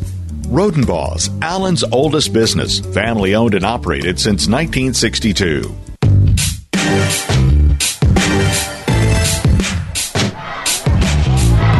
Back to Max Goldsmith Stadium in Lewisville, Texas. Glad you could join us tonight. Reagan Ratcliffe, David Collier with you in the Mighty Fine Car Wash broadcast booth. And on a 2nd down and 5, it is Ade Kilpatrick on the first play from scrimmage here in the second quarter. Takes it out of a wildcat formation, and he finds a little seam and gets a burst to the 20. He's very close to a first. He may be half a yard shy. 3rd down and inches is where they've got it marked. Nose of the football just past the 20. Need to get to the 19 for the first. Now it's Logan Williams back at the quarterback. Carline to his left, Campbell to his right. 3 receiver set, handoff. Campbell straight ahead. He's got first down yardage and then falls backwards to the 16-yard line. Good sign there that Campbell is back in the game. Yeah, no doubt. He's the guy they need down this stretch run as they pursue that 4th and final playoff spot. They need him healthy. Glad to see him back out there pretty quick. At the 17 of Lewisville, Wolves lead it 7-3 with 11:30 to go until the half. 2 receivers go right. Jackson Webb, the lone receiver, into the boundary to the left side. Here's the handoff. Carline. Now it's going to be Williams who's going to pull it. 15-10. Has a little cutback seam to the inside the 10 to the 8-yard line. And it is Logan Williams. You just talked about it a moment ago that at some point he's going to pull it. And right there he found a little seam on the cutback. Yeah, I mean, no one ever pays attention to him in the run game. You saw right there, he kind of even went the same direction as Carline, but it really didn't matter. They were still not going to believe that he had the ball until they were finally able to see it when he was about 5 yards downfield. And he's 1 block away from maybe walking into the end zone with giving Plano West a 2-score lead early on. It's a 2nd down and 1. Whistles did blow, and officials are talking it over. They may signal for a possible measurement here. Ball is going to respot this one at the 8-yard line on the near hash. It is just short of a first down. 2nd down and 1. Right at 11 minutes to go in the second quarter. Wolves looking to add to a 7-3 lead. 2 receivers right, Webb to the left. It's Carline trying to get outside. Ball's on the turf. Williams recovers it back at the 13. Just a misexchange right there at the mesh point between Carline and Williams does get back on it. That is the 3rd time the ball has been on the turf tonight. All 3 times Plano West has recovered. Yeah, and right there, maybe Williams was thinking about pulling that one again and maybe decided a little bit too late, and Carline was giving it to him. And very fortunate there, though. But now what was a 2nd and half a yard turns into a 3rd and 5. 3rd and a long 5 here from the Lewisville 12. 2 receivers set to either side. Here's a handoff. Campbell starts left, cutting it back to his right, bounces outside. He is tripped up in the backfield, back at the 16-yard line. And that tackle made in the backfield by Shaq Miller. Just able to track down Campbell. There was nothing there off the left side, cut it back to the right. And now here comes the field goal unit led by Alistair Stark with the clock rolling at 9:57 to go in the second quarter. It's Stark will tee this one up from the 24. This will be a 34-yard attempt. Into that breeze blowing out of the north tonight. Stark on the season is 1 for 1. Here's the snap. The hold is down. The kick has the distance, and it just sails to the left. Stark just does miss that one. Just wide left, and Plano West misses an opportunity. They'll give the football back to Lewisville with 9:35 to go in the second quarter, and the Wolves on top 7-3. Yeah, big missed opportunity right there, but, and it's kind of an interesting move. We've seen Plano West a number of times in field goal range on fourth down, go for it this season. You mentioned Stark just 1 of 1 on the season, and the wind is really howling. I mean, he was kicking into a very stiff breeze, had the distance, but it sailed just to the left of the left upright. But a big missed opportunity for Plano West, but the way this defense is playing, I think that's something that, Scott Smith may be just trying to get whatever points he can get because he likes the way his defense is going. Lewisville with the football at their own 16-yard line, moving left to right. Tavion Harlan's in the pistol, stacked behind Aubryon Bob in the gun. Adebayo's the fullback. Now Bob fumbles the football. Here comes pressure from behind and sacked back at the 10-yard line. It was Caleb Abebefe who came from his defensive end position and blindsided Bob after he recovered the football on the turf, and he took a shot all the way back at the 10. It is a loss of close to 6 yards. Yeah, second sack on the year for Caleb Abebefe, coming off a absolutely huge week last week, which he did get that other sack. 10 tackles a week ago. He has really stepped up his game, along with, we mentioned Wamed Sanogo earlier. Those two guys have been all over the field the past few weeks for Plano West, and right there got a big play. Second down and a long 15. Grant Hardison, the tight end, was on the right side of the formation, now motions left. Here's a handoff. Harlan trying to get outside, now cuts inside, but right back into the teeth of that defense. Met at the 8-yard line. Again, it's Wamed Sanogo, the middle linebacker, came in and put the hat on him. And maybe a loss of a yard on the play, back to the 10. Now it's a third down, a long 17 from their own 10.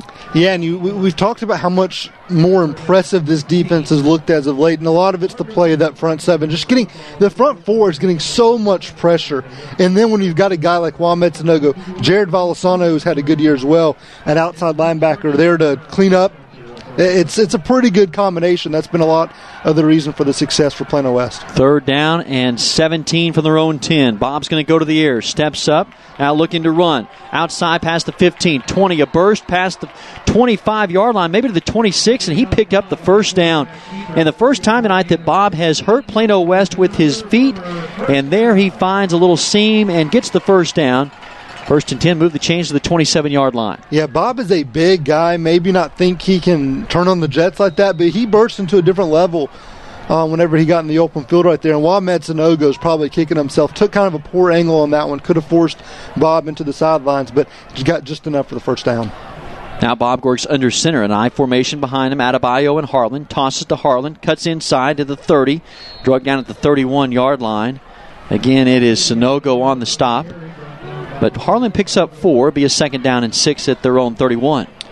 Yeah, it's really going to be interesting to see what adjustments are made as they go throughout the game. They really hadn't they put the ball a lot more in Bob's hands, letting him go with the pass here late right there. They go back to what they did on that first drive when they moved the ball pretty easily down the field. Just that simple little pitch back to the running back and let him do his thing, and right there picked up an easy 4 yards. Wing to the left and a slot right. Harlan is the lone running back in the backfield. Out of a shotgun formation, Bob keeps it on his zone read play. Tackled after a short gain of 1. Tackled around his ankles and holding on for dear life to make that stop. And it was a man down. It is Caleb Abebefe who made that stop, and now Abebefe is very slow to get up. Be a third down and 5 here for Lewisville with a clock stop. 7:12 to go, second quarter. Plano West leads 7-3. You talked about Abebefe a moment ago, a guy who came up with a big sack and had 10 tackles last week. Scott Smith talks about him being the unsung leader of this entire defense, and he has been a guy that seems to have progressed week to week and starting to hit his stride right now. Oh, yeah, no doubt. He's getting a lot of pressure. I mean, even plays that turn into big gains for the opposing offense. they don't have clean pockets to work with, particularly in those third and long situations. They are constantly having to step up, move out of the pocket, and keep their eyes downfield in order to do it. And a lot of that's been because Caleb Abebefe has done such a good job of just using that speed and athleticism to beat the tackle to the outside, getting around him. And we saw earlier what kind of punishment he can put on a quarterback if he gets there. It's very slow for him to get up, and he is being aided off the field with the help of the trainer, and now Abebefe is going to say, you know what, I'm going to do this myself. And he does walk off. It's a guy that actually did not play. Came back this year to play for his senior season, and they've just raved with the progress that he's made. That is a good sign. Abebefe does walk off on his own accord. Here we go, a 3rd down and 4. 7:12 to go until the half. 7-3 Plano West.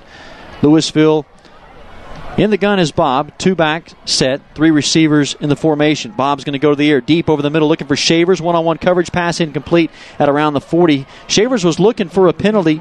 That ball was uncatchable over his head, but really running step for step with him was Justin Fisher. Tremendous job by the corner, running stride for stride with Shavers, and now it's a 4th down. And that shows you the trust that this coaching staff has in Justin Fisher.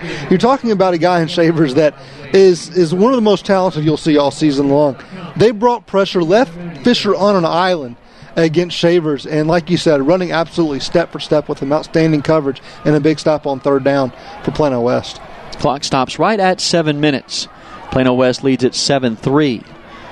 2 men back to receive, and Fisher and Webb. Here's a booming kick. It will come down, bounce to the 25. Webb's just going to let it roll. Takes a friendly Lewisville roll past the 15 all the way to the 12 and outside the numbers. This one continues to roll at the 11, just shy of the 10-yard line, where it is finally touched down by Lewisville's Tony Harris. Plano West has the work cut out for him here with 6:46 to go in the second quarter. 1st down and 10 at their own 11. Yeah, I think on that punt, actually, I think Jackson Webb and Justin Fisher were both back there. I think they each thought the other was going to catch it, and it bounced right between them and ended up getting a very friendly Lewisville bounce. And like you said, putting the Wolves against their own goal line pretty far back there. But see what this offense can do now, coming off the missed field goal attempt. Still did some really good things on the last drive, particularly moving the ball on the ground. See if they go back to it. 2-back look with Campbell to the right, Carline to the left. Williams stands back, heels at his own 6-yard line. Zone read to Carline, dancing off right tackle, stood up at the 11. He's lucky if he got a yard. And that defensive line of DeKivion Brown, Christian Lee, and Kobe Neal chewing up blocks right there, allowing those linebackers to get downhill. Kalen Frazier leading the charge right there to Modric Pelican. Just a short game. They actually give Carline 2 on the play. Be a 2nd down and 8. Trips go to the left of the formation. Jackson Webb, the lone receiver, to the far side at the bottom of the numbers. Williams going to throw on a 2nd and 8. Steps up in the pocket. He's met and sacked. Tried to spin out of a tackle. He does get away from one man, but cannot escape the grasp at the 8-yard line. Tackle back in the backfield. Christian Lee, the first man there, and bring up a 3rd down, a long 12 now for Plano West. Yeah, those are those negative plays we talked about you want to stay out of. Now 3rd and 13. We'll see what this offense decides to do back inside their own 10-yard line. Do they play it conservative, or do they try to get big movement here? Lewisville trying to bring the heat. Now flags fly. It is going to be a false start on Plano West Travis Hall, the most veteran offensive lineman on this group for Plano West. He's making his 11th career start tonight. This is a Wolves offensive line that really had to be entirely replaced outside of Hall going into this season. But it was Hall who was called for the false start. Back it up now to the 3, half the distance to the goal. 3rd and 13 with 5:43 to go in the first half. Here's a handoff. Campbell, he is stacked up right at the line of scrimmage, shoved back into the goal line, but he'll give Campbell forward progress to the 5. And right now, nothing brewing for this Wolves offense. That is their toughest offensive possession of the night. They just could not get anything going. They'll have to punt it away with 5:24 and rolling to go here in the first quarter with Plano West on top 7-3. Yeah, and Lewisville doing a good job of getting a stop when they had Plano West pinned back near their own goal line. Now they're going to get outstanding field position here, barring anything unexpected, and see if they can put some points on the board and perhaps regain this lead. Timeout call by Scott Smith. Alistair Stark standing near the back of his end zone to punt that one away. Tyrell Shavers stood back around the 40-yard line. Scott Smith wants to talk this over. And we've seen a couple of things. One thing that going through Scott Smith's mind right here is we have seen a bad snap a couple weeks ago. Or for Stark, he's a guy who played soccer. This really his first time out for football, so maybe just talking things over to talk about in the case you do get a bad snap, or also in the fact, hey, you've got a talented guy back here in Shavers. If you do get a good snap, where do you want to kick it? Yeah, no doubt. And also, I think they were sitting there counting, maybe only had 10 guys on the field. And if there's any time you do not want to punt without an extra guy protecting you, it's in your own end zone. So want to make sure you get things shored up and really also talking, just like you said, the coverage. You got a dangerous guy back there. You know they're going to get good field position, but you don't want to give them outstanding field position. So that's another thing as well. You want to limit the return. Maybe talk about angling this punt away from Shavers, and see if you can do whatever you can in a situation that you find yourself backed up punting from your own end zone. Stark is just about 2 yards away from the end line with 5:03 to go in the first half, deep in his own end zone to punt this one away. It's a high snap. Stark pulls it down, gets away the kick. It's a knuckler that will come down, bounce at the 34-yard line, and will take a Plano West roll past the 35 to the 36, where it is down there by Jordan Dwyer. So Lewisville will have outstanding field position, first down and 10 from their from the Plano West 36-yard line. Wolves on top, 7-3, 4:54 to go until the half. Yeah, the Wolves are going to lean on this defense to get them out of this hole right here, where the Farmers take over in outstanding field position and see if this defense can do what they've done really the past few weeks now. When their backs have been up against the wall, it's really when they brought out their best effort. Harlan in the backfield, stacked behind Bob. Two receivers go left, tied into the right. Four-man front defensively for Plano West. Bob out of a play action, wants to throw, steps up in the pocket, flags fly. This pass caught over the middle at the 27, but got to think this is going to come back. That flag thrown in the vicinity of offensive holding, and it is. So that will negate a pickup of close to 6, and they'll back it up on that spot foul 10 yards. Yeah, I think that was the left guard, Brandon Salazar. I think that may have actually been against Wamed Sanogo, the guy who's holding there, coming on the blitz. And whether he's making the tackle or not, always making an impact. And a big negative play right there for Lewisville. Certainly not what they wanted to do, starting this possession deep in Plano West territory. Now we'll back it up to the 46 of the Wolves, first down and 20. Two receivers go to the far side. Out of an offset formation in the backfield, toss left to Harlan, dances his way to the 40-yard line, then Sanogo violently throws him down, but he throws him forward for an extra yard.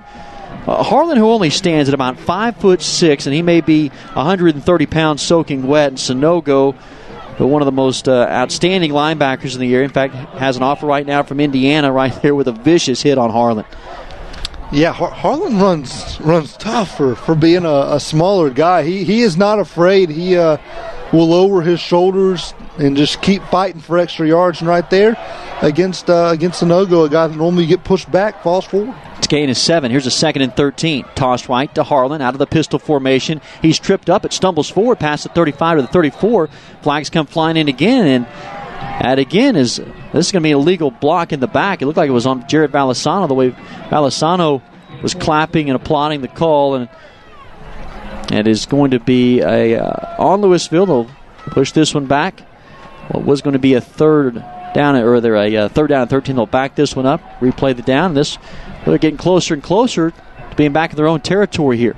Yeah, that was Kenry Newton, the senior wideout right there, coming in from out wide, trying to set the edge, trying to let his guy get outside. But there was nothing going on that play, and he just made matters worse by committing that penalty. And, if you're Plano West, you got to like this. You're not really having to do much to watch the opposing team continue to march backwards.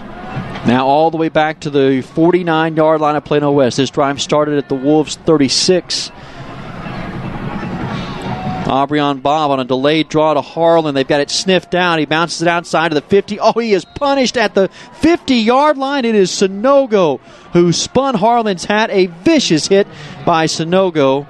No gain on the play, and now here comes the 3rd and 23. Yeah, I think Wamed Sanogo's mailbox may just be filling up with a lot more letters here pretty soon. He's he's turned it on the past couple weeks, and certainly you look middle of your junior season. That's when things start to heat up from those colleges, and you got to believe the way he's playing, he's going to get a lot of action over the next year. Here's a 3rd down and 24 from the Wolves' 49-yard line. They have to get to the 26. Bob in the gun. 2 receivers set to either side. Plenty of time. Wants to throw. Deep over the middle. Has a man. Pass is caught. Bobbled at the 27. Did he hold on to is the question. It was Kenry Newton who was down there, and it was broken up. They did get a hand on it. Newton did not hang on, says the officiating crew, and will bring up a 4th down. And so courtesy of a couple of penalties and a nice defensive stand right there, pass broken up, Lewisville, after having a 1st down and 10 at the 36 of Plano West, they'll have to turn around and punt it away with 3:04 to go until the half. Yeah, DeMarcus Hall right there on the coverage has done a nice job since taking over for Malik McLemore, who, of course, was injured in week 3. He's done a really nice job stepping in right there and made a big play on 3rd down. Matt McDonald's punt.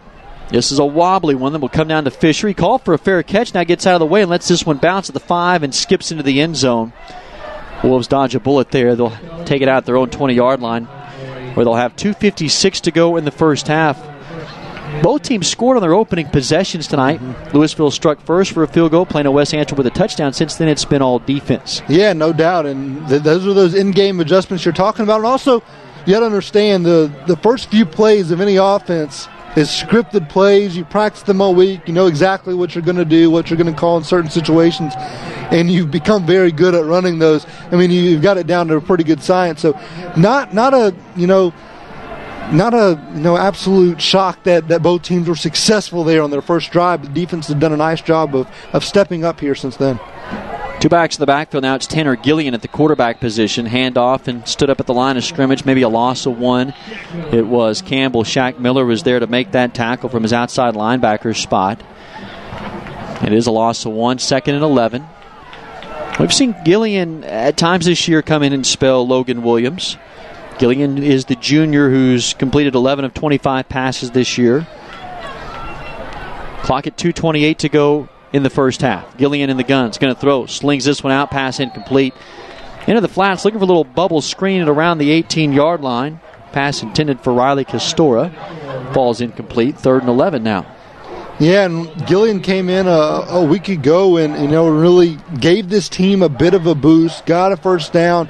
Looked like they may have something going before some negative plays once again kind of set them back and outdid it. But certainly he's got a different dimension that can bring a spark to this offense. 3rd and 11. Gillian in the gun. Pressure coming. Rolls to his right. Slung down from behind back at the 18. Again, it was Christian Lee who was there. Also, it was Dylan Epps who came in from his outside linebacker spot to make that stop. Sacked in the backfield. Loss of 1. 4th and 12. Clock at 2 minutes to go until halftime. Plano West will have to turn around and punt this one away. Both teams with 2 timeouts remaining. Plano West is just going to try to run this clock down as far as they can. And the clock is stopped at 1:55. The officials are conferring about something. Greg Miller, head coach for Lewisville, is barking at the official on the near sideline. There's going to be a penalty. There is a flag down. There's a penalty. I think they got him on a horse collar on that one. They did. They're going to get on a sack. Tanner Gillian was sacked. They're going to call a horse collar, and they're going to move this one a 1st down and 10. Well, that's a break for Plano West, all the way to the 33. Huge break, and Greg Miller is heated at the 33-yard line. Here's Gillian, stretch play. He's going to keep it himself. Looks inside for a little crease and gets to the 40. Stumbles ahead, gain of close to 7 yards.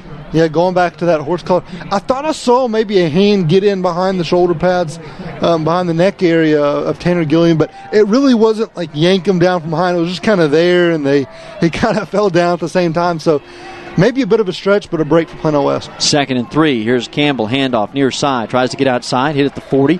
Another flag is down outside the numbers. This one may be a hold on Plano West. Clock at 1:22, and it is a hold. They'll bring it back. Yeah, I think that was Jackson Webb there on the outside. So we've seen a few receivers get called for holding here in this one. One of those other jobs, don't just catch balls, but you got a block on the outside as well, and a couple guys, one for each team now. caught maybe getting a little too much jersey. Yeah, these are two teams that have not been penalized all that much this year. Plano West, just 61 yards a game. Lewisville at 43 yards per game. But here tonight, both teams have had quite a bit of laundry to deal with on the field. Here's a 2nd and 13. Gillian's going to throw. Boots out to his right. He's sacked back to the 20-yard line. Dropped back at the 20. It was Christian Gamble who was there to make that sack. And so right at 1 minute now and counting. 3rd down and forever here for Plano West. And now Lewisville's going to call a timeout, hoping to get a stop and get the football back. Wolves lead this one 7-3. What began tonight was what looked like it was going to be maybe an offensive shootout. Boy, all of a sudden the offense has gone silent. It's been all defense lately. Yeah, both teams have done a nice job of making those adjustments, and really both battles, both defenses have won up front. I mean, they've dominated the line of scrimmage. That first drive for Plano West, the offensive line did what we really haven't seen them do all year, and just executed a punishing drive, just opening up holes up the middle and really doing a nice job. But since then, Lewisville's defense, give them credit, has fought back, really not left anything there on that run game. And then you start talking about 2nd, 3rd and long situations, downs that that Plano West is going to be, having to settle for the pass. And while, yes, these wide receivers are talented, they can get open downfield, they've got to give them time to get open. And a lot of times, whether it's been Logan Williams, whether it's been Tanner Gillian, have just not had time to really survey this defense and have really been running backwards from the time they take the snap, and it's resulted in some sacks and situations like what we've got coming up here with the 3rd and 23. From their own 21-yard line, right at 1 minute to go in the first half, Plano West holding on to a 7-3 lead. It is Ade Kilpatrick who is coming in the quarterback at the Wildcat position. 2 receivers split to each side. Lewisville showing pressure straight up the middle. Now they back out of it. It is Kilpatrick who keeps it on his own replay. Muscles his way forward to the 25. Brought down there. Gets to the 26 now. A timeout called. That's Lewisville's final timeout of the first half. 52 seconds remaining in the second quarter. Plano West will have to kick this one away once again to Lewisville. It'll be Tyrell Shavers who will be back deep to receive.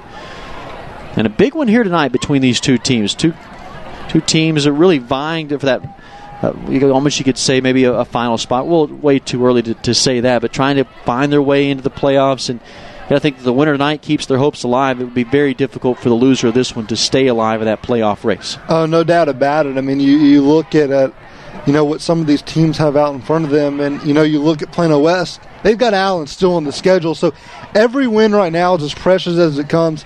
And like we said in the pregame, you take care of what you can take care of. Just get as many W's as you can in the win column and see where you lay. If it's not enough, it's not enough. But you've got to give yourself a chance to be there. And you never know what can happen on high school football on a Friday night. I mean, going into last week, there were a lot of people that said there was no way that Plano West was going to be in that ball game against Marcus. And you look, they were a play away from winning the ball game. So you never know what can happen. Out of the timeout, here comes Alistair Stark with 52 seconds to go in the first half. He stands back at his own 12. Lewisville's bringing the heat. They get it away. Nice protection up front. This is going to take a bounce at the 47 of Plano West and roll now into Lewisville territory past the 50 to the 45, where it is down by Roderick Wells. So here comes Lewisville. They have good field position at their own 45. 41 seconds remaining until halftime, and here comes Aubryon Bob and the Farmers offense. Yeah, not a whole lot of time left to do anything, and just one timeout. So you're going to see a lot of passes that are toward the sideline. You can kind of gear your defense towards that, and if you're, this defensive line for Plano West, you're going to pin your ears back, go after the quarterback, see what you can do to disrupt him. And see if you can create a negative play to send this game to halftime. 3 receivers set with 2 to the right, 1 left. Adebayo is the lone running back set to the right of Bob. He's going to roll out to his right. Here comes pressure from Sonogo. Gets the pass away. Caught on the near sideline at the 41 of Plano West. That is a completion to Shavers. He kept the foot in bounds. Kilpatrick came in there just a step late. Ade Kilpatrick from his corner position, but that is a first down for Lewisville. That first down brought to you by Mighty Fine Car Wash. Yeah, really nice job by Shavers. Didn't think he was going to have enough room to get it down, but kind of caught it, got it in one hand, and waved the defender off with another hand to secure that football and get a foot in bounds. 36 seconds to go until the half. 2 receivers set to each side. Bob's going to throw. Pump fakes left. Now he's going to tuck it and run. Straight ahead. Stacked up at the line of scrimmage. Now thrown back by Sanogo back to the 45. They're going to give him forward progress and actually a yard on the play. Bob's quickly hurrying his offensive unit to the line of scrimmage. They have no timeouts. Clock rolling at 19 seconds. Now at 18. Now they're going to move this ball back to the 40-yard line. Precious time lost. Greg Miller's in the official's ear. Clock is now at 12, down to 11. Bob spikes it into the ground. He had one official that was spotting the football back at the 45 where Bob was thrown down. He had another official that was saying, no, the football is to be spotted at the 40 on forward progress. Now Greg Miller comes out to talk with the head official with 10 seconds. He's begging for some time to be put back on that clock. Yeah, and the official who moved the ball from the 45 to 40 was not exactly doing it in a hurry. Probably made Miller even more upset. They do, those are those precious seconds you want to see if you can have a shot to throw one to the end zone. 10 seconds left on the clock. Now the whistles blow. There's a timeout here for Plano West. 7-3. Wolves lead it with 10 seconds to go until halftime. Scott Smith wants to make sure that they're aligned properly. They came out in a 4 receivers set with 3 receivers right and 1 left. And he wants to talk this one over, make sure that they're all on the same page here with what could be possibly the final play here of this first half. Lewisville is without a timeout. Yeah, and we'll have a complete scoring update, but was just checking on some scores, and you talked about that playoff picture. McKinney Boyd, one of those teams that Plano West really needs to lose right now. They're battling Plano 7-7 score in the third quarter. So close ball game over at John Clark Stadium to keep an eye on as the night goes on. That is a Plano team that has been reeling. Just one district win. That was over Flower Mound. For Boyd, they've started to hit their stride. They've won their last 2 after being upset by Flower Mound. Here we go out of the timeout. They bring 3 receivers into the near side of the boundary. 1 lone receiver up top. On a 2nd down and 9, 10 seconds to go from the Plano West 40. Bob's going to throw, steps up in the pocket. Here comes pressure from behind, escapes it. He's going to take it, run, 35, 30, tries to get out of bounds. There's 2 seconds on the clock, and he does. He gets to the 27-yard line, does Aubryon Bob. Clock stops at 2. They're going to race. Well, I thought might race the field goal unit is. It is. It's going to be Matt McDonald. Here he comes hustling out. He'll have a pretty strong wind here to his back. They're going to spot this. So the hold will be from the 34, so make this a 44-yard attempt off of the right foot of Matt McDonald. His longest this year is a 38. It's actually a 45-yard attempt. The hold will be at the 35, held down by Aubryon Bob. 2 seconds on the clock. 7-3 Wolves. Snap is low. He gets it down. McDonald's kick has plenty of distance, and he puts it right through the upright.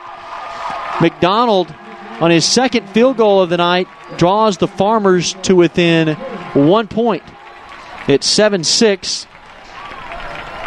The clock right now shows 2 seconds on the board. And that would have been that would be the final play of the first half. Plano West is beginning to make their way towards the locker room. Greg Miller is out to talk with the officials. Make sure that for sure that is the final play, and it is. So both teams will head to the locker rooms. Low-scoring affair here through the first 2 quarters. Plano West holding on to a 7-6 lead at the half from Max Goldsmith Stadium. You're listening to Plano West Wolves football on KEXB 620 AM and SportsSoundsRadio.com. Halo for Freedom Realty, the best way to buy and sell a home in Texas. Hi, I'm Tony Ryan, co-founder of Halo for Freedom Realty. We are making it easy for Americans across the country to give back to the men and women who have served our country. By exercising the choice to buy and sell with Halo for Freedom Realty, 10% of each real estate transaction commission goes directly to the nonprofits assisting in honoring our American warriors. Give us a call at 844-FREEDOM or visit us at haloforfreedomrealty.com. Homes of the free because of the brave. Writer Gerald Early said that when they study our civilization 2,000 years from now, there will only be 3 things that Americans will be known for: the Constitution, baseball, and jazz music. GDYO's Jazz Institute provides young musicians in North Texas the opportunity to learn what it means to be a jazz musician through weekly technique classes and combo rehearsals with professional jazz musicians. From the first note to the final round of applause, GDYO Jazz Institute concerts will amaze and delight both hardcore jazz cats and new fans alike. Learn more about the truly original American art form through the GDYO Jazz Institute online at gdyo.org/jazz. Have you considered a career in firefighting or law enforcement? If so, Tarrant County College has a state-of-the-art fire service training center and law enforcement training center complete with indoor firing range located at TCCD's Northwest Campus. Tarrant County College is a veteran-centered college community and offers accelerated degrees and certificates for veterans in criminal justice and fire technology. If you are interested in completing a degree or certification in firefighting or law enforcement, please visit tccd.edu. Tarrant County College, success within reach. Want a clean car? You'll have one when you use Mighty Fine Car Wash. Go with the pros that have been cleaning cars for over 34 years. Mighty Fine Car Wash offers both fast lane exterior and full service washes. You'll always get a top quality wash quickly and at a fair price. Same owner, same phone number for over 34 years. Mighty Fine Car Wash with 7 DFW locations, including Custer at 15th and Preston Road just north of Spring Creek and Plano. Mighty Fine Car Wash.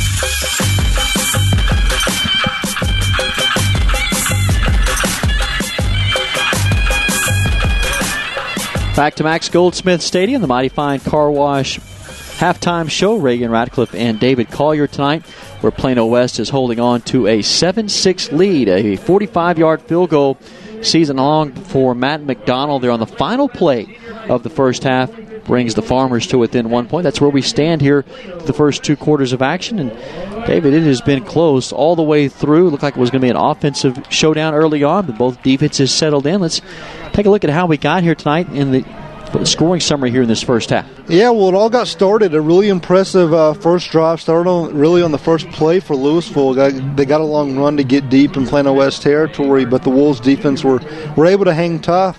But the Fighting Farmers were able to take nearly 5 minutes off the board on a scoring drive that ended with a Matt McDonald 28-yard field goal to put Lewisville up 3-0 very early in this ball game. But Plano West responds very quickly.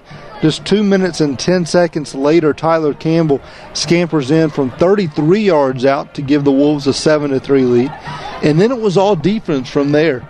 Both teams exchanging punts and just a very defensive-oriented rest of the half until very late when Lewisville was able to work the clock down, do what they moved the ball with very little time and just one timeout when they took over, able to get into field goal range, and Matt McDonald knocked home a 45-yarder with the wind at his back as time expired to make our score 7-6 here at the half.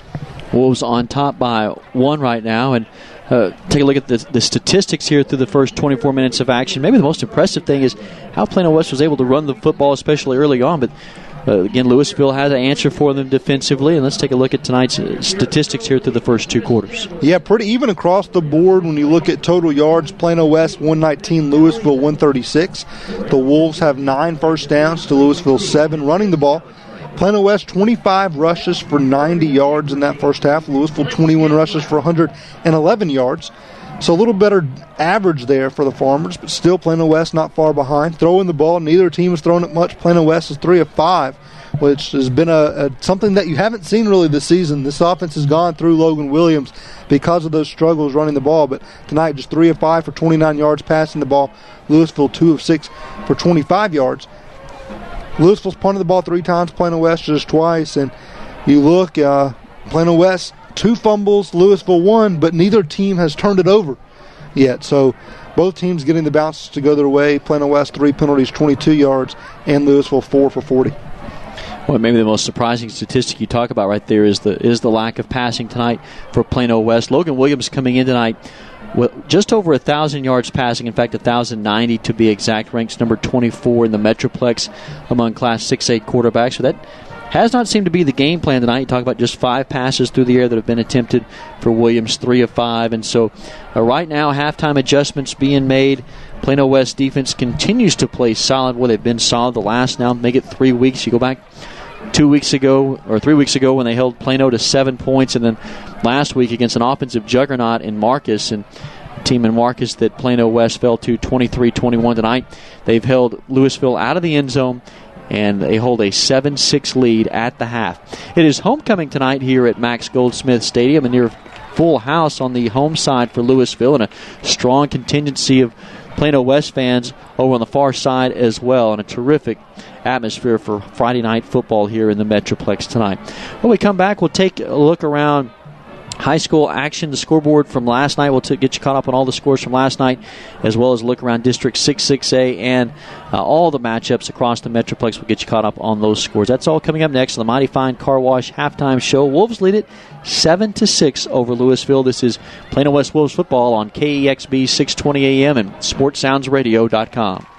Hey, Plano ISD football fans, Mari Buford with Buford Roofing and Construction. Living in Texas, you are no stranger to the Texas heat. Would you like to cut your AC heating bill up to 50%? Would you like your home more comfortable? Foam insulation is your answer. Call me for a free analysis and estimate of your home and start saving money now. We can be reached at 817-329-ROOF or at our website, BufordRoofing.com. Point of Origin Design is your one-stop shop for all your apparel, promotional, event, or team uniform needs. Point of Origin Design is a full-service design and logo creation company that offers a wide variety of imprintable and embroidered products. With competitive pricing and quality work, you can't go wrong with Point of Origin Design. It's always best to start at the right point, so visit them online at pointoforigindesign.com. Let them help you plan your next promotional item or design your next t-shirt. That's online at pointoforigindesign.com. Shell experts here with a pitching machine and a shield to demonstrate the importance of protecting your engine. Think of me as an engine. The Shield is new Shell gasoline with 20% more nitrogen and rich cleaning agents than before. And the baseballs are gunk that attack intake valves and fuel injectors. Come on, gunk, is that all you got? Gunk is out of here. New Shell nitrogen-enriched gasolines. No other gasoline protects your engine better. For quality auto service and repair, see the folks at Flat Shell on Preston Road at I-635. Let's say you want to repair your own credit. Maybe you think you can just cut out that charge-off. Pound that tax lien down so nobody will notice it, and slap up a new coat of paint and hang some new drapes, and lenders won't notice those judgments, slow pays, and collection accounts. If your wife makes you watch DIY or HGTV, you might think repair work is something you can do yourself. But ever notice how those do-it-yourself shows always have pros come in and do the hard work? When it comes to your credit report, let the heavy hitters at RepairMyCreditNow.com go to work. They specialize in credit repair, restoration, and education. So if you're tired of living with bad credit, log on now to RepairMyCreditNow.com. You don't have to live with bad credit, and you can start the repair process by logging on RepairMyCreditNow.com. In fact, log on right now and get your free credit report repair evaluation from RepairMyCreditNow.com. Don't try to do it yourself. Is that blood? Log on now to RepairMyCreditNow.com. This is the Judge inviting you to join Dr. Ken Bateman and I weeknights at 7:30 with On Point. Tune in for all your family needs, from how-to and family business from real business owners to the importance of sitting down to dinner together. The Judge and Dr. Bateman explore how to strengthen your family unit by arming you with the local, state, and national information you need today. With your busy lifestyle, let us help make being a family fun again. Stay informed, stay tuned, and have fun with us live weeknights at 7:30 with On Point. That's weeknights at 7:30 on 620 AM KEXB.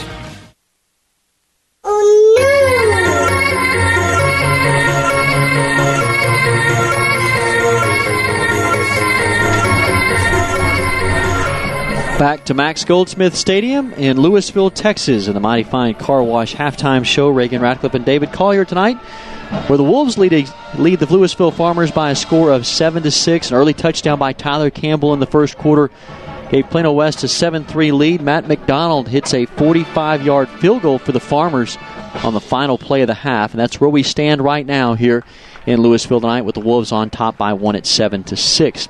Well, let's take you around scores from last night across the Metroplex. We'll start out in District 5-6A. Keller Central sneaking past Denton Guyer 24-21. It was Irving MacArthur blanking Dallas Sunset 42-0 out of District 9-6A, and then Skyline continues to roll 56-7 over W.T. White. District 11-6A, Rowlett blows past North Garland 45-6. And from 6A to Class 5A, Birdville blanks Fort Worth Polytechnic 62-0. Out of District 9 5A, the Colony in a shootout against Frisco Liberty. They win at 63-43 over Liberty. And then one of the main stories across the Metroplex this year, Frisco Lone Star, 65-19 winners over Frisco Heritage. Jeff Rayburn, head coach there at Lone Star, doing a tremendous job, has that team undefeated through their first 7 games of the season. In District 11 5A, Carrollton Creekview blows past Bryan Adams 45-16. It was Thomas Jefferson slipping past Hillcrest 28-21. Carrollton Newman shuts out North Dallas 49-0, and Woodrow Wilson all over Conrad 55-7. District 12 5A, North Forney in a shootout against South Garland wins at 43-37. Rockwall Heath blanks West Mesquite 20-0. District 13 5A, Seagoville shutting out Molina 55-0. It was Adamson over Spruce 34-15. South Oak Cliff all over Kimball 62-7. And then one last score from last night, District 14 5A, a team to keep an eye on in the Metroplex, Mansfield Summit. They're now 7-0. They run away from Arlington Seguin last night at Wildman Field 49-7. The Jaguars from Mansfield Summit with an easy win over Seguin last night. That's a look at last night. David's got a look at what's happening across the Metroplex tonight. Yeah, we'll start right here in District 6A. That game we told you about a little bit ago that all eyes are on from the Plano West fan base. McKinney Boyd and Plano over at John Clark Stadium. That's 7-7 in the third quarter of play over there.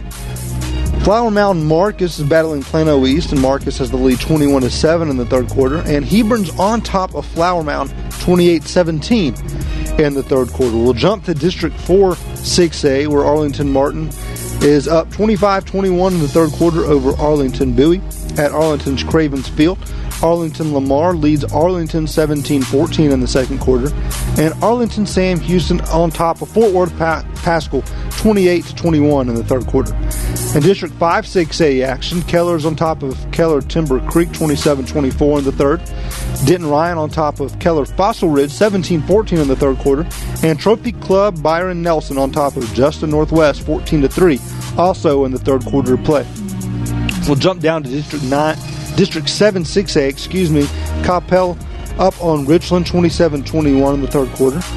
Colleyville Heritage all over LD Bell and Hurst in the third quarter at Grapevine's Mustang Panther Stadium. Euless Trinity and South Lake Carroll, one of those games we highlighted in our pregame show. Trinity leading that one 21-14 in the second quarter. And in District 8 6A action, Midlothian on top of Duncanville 10-7 in the third. Cedar Hills leading Grand Prairie 14-0 in the third. And that other game we talked about, DeSoto, you mentioned, Reagan, their rough start to the season, but we all know the talent, and they lead 27-17 over South Grand Prairie in the third quarter. In District 9 6A, Jesuit leads Irving Nimitz 26-0 in the third quarter. And jumping down to District 10 6A action, Mesquite all over Richardson Berkner 45-14 in the third quarter. North Mesquite's blowing out Richardson Pierce 44-0 in the third. Highland Park leads Lake Highland 17-6 in the third quarter. And Mesquite, Horn, and Richardson going in a good one right there. Mesquite Horn up 14-3 in the third quarter. In District 11 6A action, Garland leads Tyler Lead 33-28 in the second quarter. And Rockwall is on top of Saxe 28-14 in the third quarter. Now jumping into 5A games, District 5 5A, Denton on top of Wichita Falls Rider 21-19 in the third quarter. Lake Dallas is all over Fort Worth Eastern Hills 38-0 in the third quarter. In District 9 5A, Frisco Wakeland is on top of Frisco Centennial 21-14 in the third quarter. Frisco's on top of Frisco Independence at Toyota Stadium 54-0 in the third. And in District 10 5A, McKinney North leads McKinney 35-21 in the third quarter. Prosper's on top of Wiley 35-17 in the third quarter. And that other game we talked about in the pregame, Wiley East is on top of Lovejoy 22-14 in the third quarter. Jumping down to District 12 5A, Terrell on top of Forney 38-26 in the third quarter. Mesquite Poteet is leading 8-7 against Roy City in the third quarter.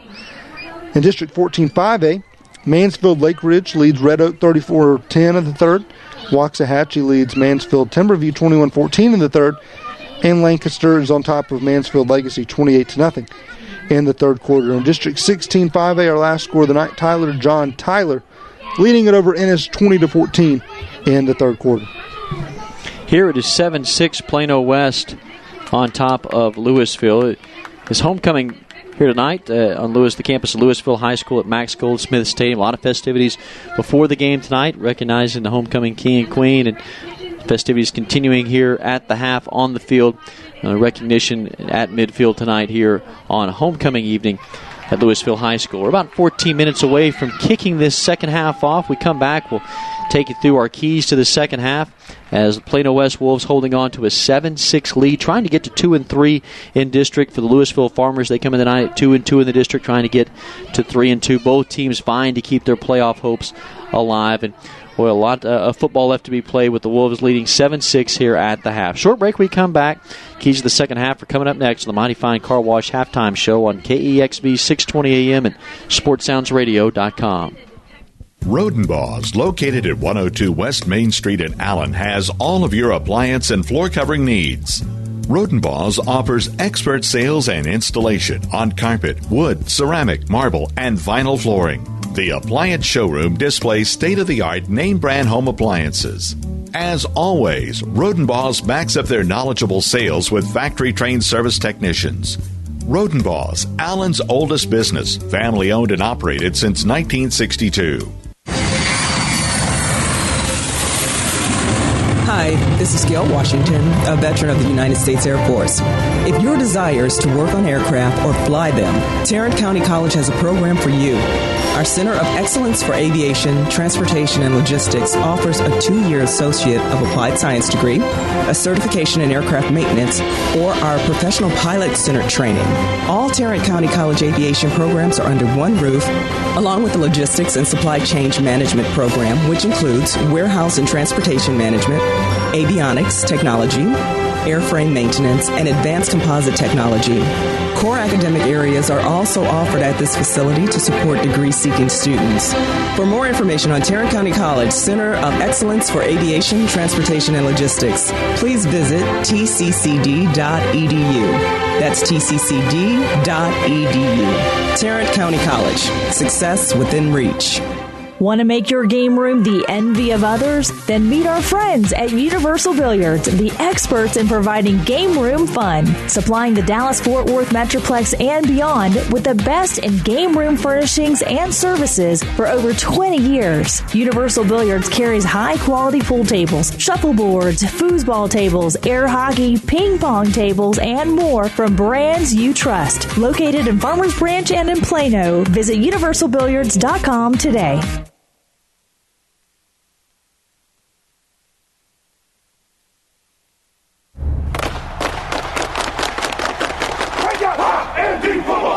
Saturday means Irish football. We got to respect each other. Running hard. He's going in. What blocking? Long ball downfield. It is correct. Compete as hard as you can. Notre Dame fighting down the sideline. Still working. Touchdown Notre Dame. Listen all season long on your home for Notre Dame football. Tune in Saturday night as Notre Dame battles USC. Pre-games at 5:30 and kickoffs at 6:30 right here on 620 AM KEXB. Hi, this is Jim Blythe, award-winning certified senior advisor, and I've been asked to be the spokesperson for really great medical service. VeteransTelemed.com. You need a doctor 24/7. You need prescriptions.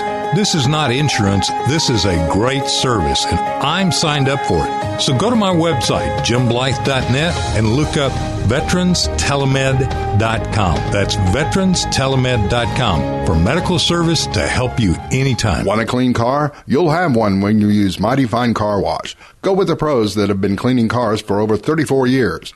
Mighty Fine Car Wash offers both fast lane exterior and full service washes. You'll always get a top quality wash quickly and at a fair price. Same owner, same phone number for over 34 years. Mighty Fine Car Wash with 7 DFW locations, including Custer at 15th and Preston Road just north of Spring Creek and Plano. Mighty Fine Car Wash. My name is Maury Buford, owner of Buford Roofing and Construction.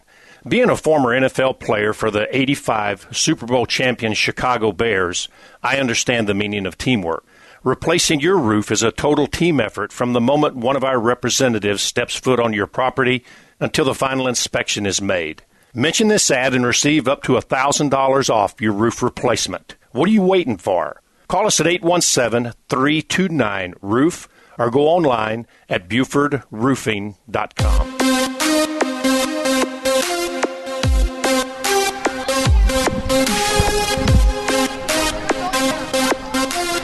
7-6 Plano West on top of Lewisville at the half from Max Goldsmith Stadium. Welcome you back into the Mighty Fine Car Wash halftime show. Reagan Ratcliffe along with David Collier tonight on an absolutely terrific Friday night for high school football. It is an extended halftime here in Lewisville tonight at the homecoming festivities. A lot of recognition at midfield, and they had stopped that clock right at 14 minutes, and now Lewisville's band has come on. So traditionally the halftime show is around 30 minutes. Tonight will be a little bit longer. In fact, the start tonight was delayed 10 minutes for all the festivities, so we'll get everything in tonight. May just be a little bit later night than anticipated. Nonetheless, at 7-6, Plano West has the 1-point lead.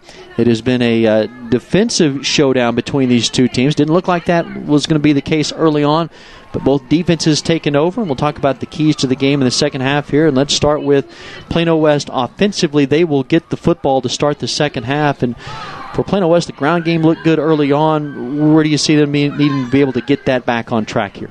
Yeah, it all starts up front. They did a really nice job on that first possession of the game, getting that push, and since then it's been, give credit to Lewisville, but it's been the Lewisville defense that's really won that battle in the trenches, and that's where it all starts. If they can get that going, then not only can they run the ball, but maybe open up the passing game a little bit, make that defense, make those safeties work down toward the line of scrimmage, and maybe if the offensive line can give whoever's in at quarterback, whether it's Logan Williams, whether it's Tanner Gillian, some time to operate back there and utilize this passing attack that has been a real weapon for Plano West at times this year. Yeah, it has been surprising to see the lack of throwing tonight for Plano West. Maybe by design, that's where they felt like they could attack Mesquite tonight and get that ground game going. We've seen a lot more two-back sets with Carline and Campbell in the backfield. Maybe they feel like that's where their true threats are. But and maybe even holding some for the second half. Yeah. A lot of times coaches, if they feel that they like a couple of different things in a matchup, maybe hold something out for the second half. Wait until that opposing coaching staff makes some adjustments to whatever you're doing, and then you hit them with something else that you think you can have some success with. So maybe we see Plano West open it up here a bit in the second half. We have not really seen the likes of Jackson Webb and Matthew Dean and Bennett DeBrow and those, again, Tanner Harmon. That is a key receiving core. If they can get on track, they've got a chance to do some damage. And you have to think that if you're trying to get some things going in that passing game, is that's really where a strength of this team is as well. Just 7 points to show for it through the first 24 minutes of action. Well, defensively for Plano West, it just seems like you go back to a tough game against Plano East, against maybe one of the best athletes in the district in Miklo Smalls, then an offensive juggernaut in McKinney Boyd, and what Grant Ressmeyer at the quarterback position brings to the table, maybe the best pure drop-back passer. Aside from those two games, the last, they make it 3 games now. Well, this defense has turned a corner. They're playing with a lot of confidence. Tonight we've seen that, too, through the first 2 quarters. Oh, no doubt. And it all starts with Wamed Sanogo. Just the presence he brings right there in the middle of this defense, just making tackle after tackle, making impact. We see him make an impact even when he's not around the play, getting a holding call called against a Lewisville offensive lineman. So he's making an impact everywhere, and also the Kilpatricks in the secondary have done a fabulous job, and DeMarcus Hall as well, stepping in. We mentioned it earlier. He's had to step in. He's a guy that's supposed to bring depth to this defense, but because of the injury to Malik McElmore earlier this season, had to step in and has been played pretty well this season, and the junior made a big play earlier tonight on a third down. So they're just getting constant big contributions from a number of different guys that have stepped up, and Caleb Abebefe has been a big impact as well. Has a sack here tonight. Went off with an injury. Hadn't seen him back out there yet. We'll keep an eye to see if he returns to action in the second half, because he's a big part of that defensive line.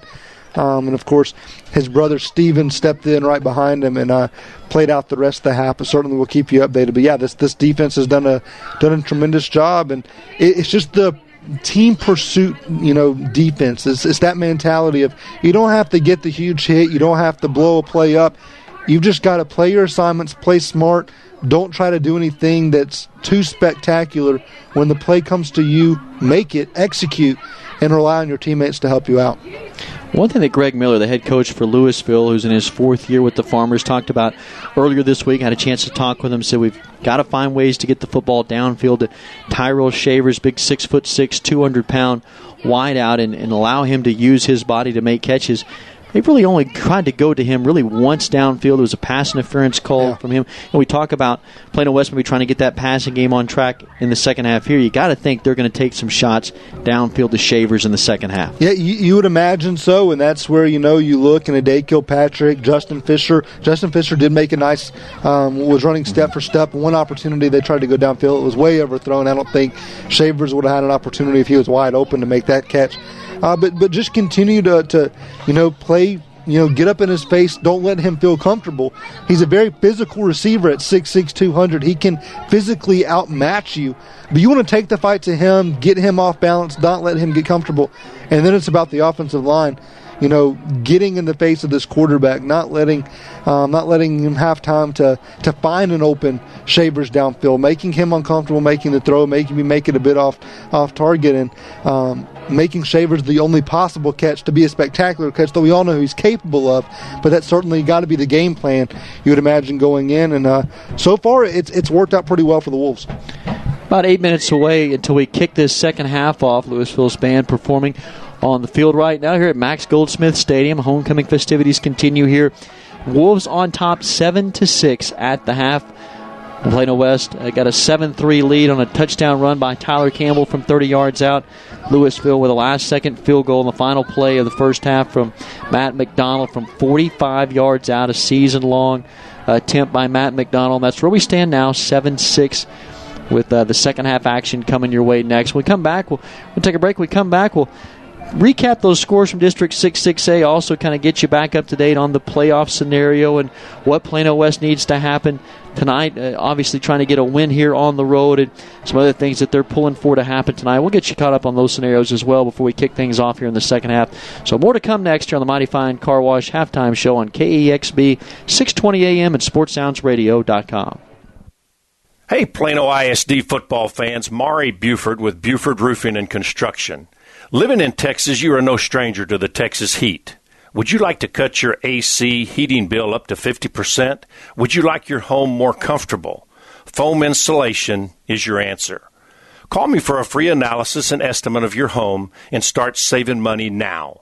We can be reached at 817-329-ROOF or at our website, BufordRoofing.com. Get ready for Sports Roundup, Saturdays on KVCE, your home for Notre Dame football and Texas Legends basketball. It all kicks off at 11 with Golf, Grape, and Grub, followed by Inside the Game with your DFW sports angel, Robin Valatudo. Then wrap it up with Texas Links on the Air, hosted by golf writer and author Pat Wheeler. Saturday, 11 to 2 on 620 AM KEXB and live online at KBCRadio.com/sports. Brought to you in part by Texas Links Magazines, Universal Billiards, Notre Dame Club of Dallas, and Frank Kent Cadillac. Halo for Freedom Realty, the best way to buy and sell a home in Texas. Hi, I'm Tony Ryan, co-founder of Halo for Freedom Realty. We are making it easy for Americans across the country to give back to the men and women who have served our country. By exercising the choice to buy and sell with Halo for Freedom Realty, 10% of each real estate transaction commission goes directly to the nonprofits assisting in honoring our American warriors. Give us a call at 844-FREEDOM or visit us at haloforfreedomrealty.com. Homes of the free because of the brave.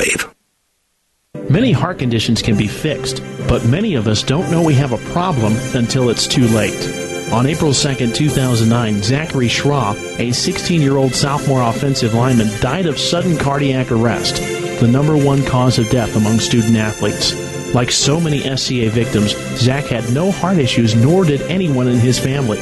If Zach had an echocardiogram, he might have been able to avoid suffering a condition that takes 10,000 of our youth each year.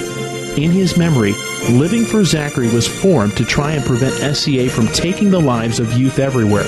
Join in the fight today and stop the silent killer of SCA by scheduling your young athlete for an echocardiogram, a procedure that can detect any heart issue with 99% accuracy. For more information, visit www.livingforzachary.org.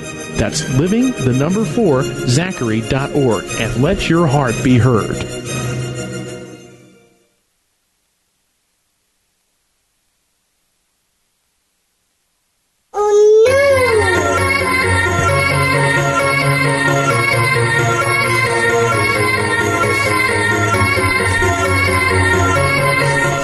7-6 Plano West on top of Lewisville here at the half from Max Goldsmith Stadium. Talking about 7-7 Plano and McKinney Boyd, a game we'll talk about here in just a moment. A tie game in the third quarter between those two over at John Clark Stadium tonight. And a lot of implications. You get deeper into the season. The playoff picture right now a bit muddied up in District 6A. And the Wolves right now in search of a win. They're just 1-3 in district. Need a big win tonight to stay in that playoff hunt. And also looking for some help tonight from the Plano Wildcats. Oh, no doubt about it. I mean, that's a real key game. McKinney Boyd, you talk about you're one game back going into tonight. You still got Allen on the schedule if you're Plano West. So if you're looking at that, you have to imagine you're 2 games back. If you want to be realistic, just looking at it from that perspective. And so you need them to lose not only 2 of these last 4 because they have the tiebreaker on you. You need them to lose 3 of the last 4. And they've got a pretty favorable schedule coming up. They do play, I believe it's Plano East here in their last 4. So maybe you expect them to lose that game. But you need them to lose a couple more of games that they're going to be favored in. And one of them's over there at John Clark Stadium tonight against Plano. About 3 minutes to go here until the halftime is completed and we get things kicked off in the second half. And as we talk about that Plano and McKinney Boyd game, a chance to take you over there just for a moment. A live look in, 7-7 the score right now at John Clark Stadium between Plano and McKinney Boyd. And let's take you to live action tonight over at Clark Stadium. We'll have to sort out the penalty flag. If it does not go against the Broncos, it's going to be 4th down for Plano.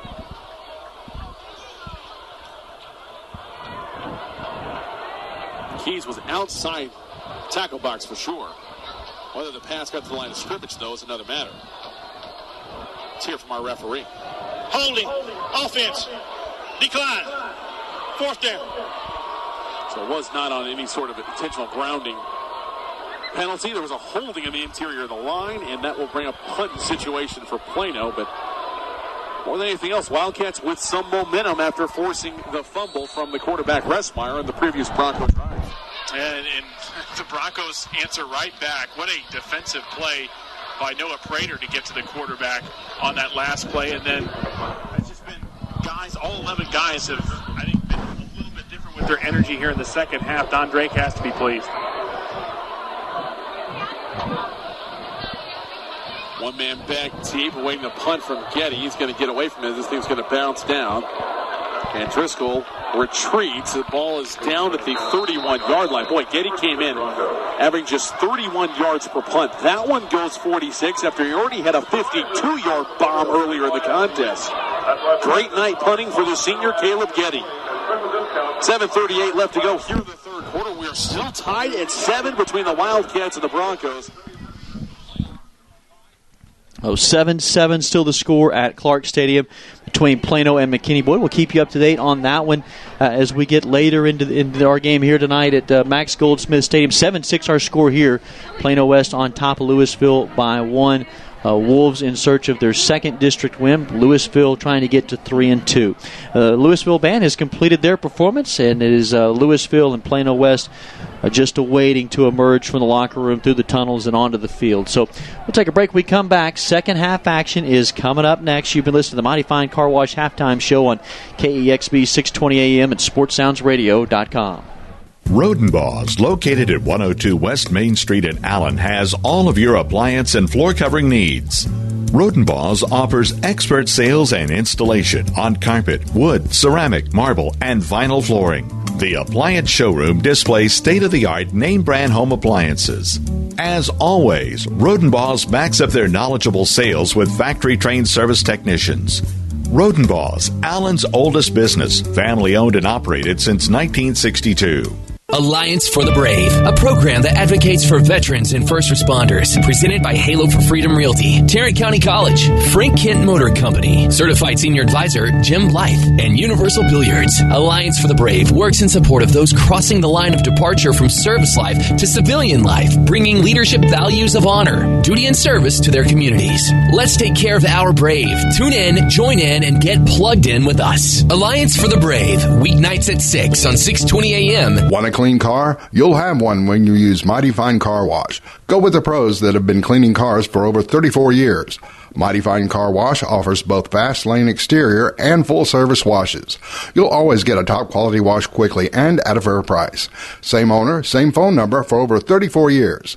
Mighty Fine Car Wash with 7 DFW locations, including Custer at 15th and Preston Road just north of Spring Creek and Plano. Mighty Fine Car Wash. Shell experts here with a pitching machine and a shield to demonstrate the importance of protecting your engine. Think of me as an engine. The Shield is new Shell gasoline with 20% more nitrogen and rich cleaning agents than before. And the baseballs are gunk that attack intake valves and fuel injectors. Come on, gunk, is that all you got? Gunk is out of here. New Shell nitrogen-enriched gasolines. No other gasoline protects your engine better. For quality auto service and repair, see the folks at Flat Shell on Preston Road at I-635.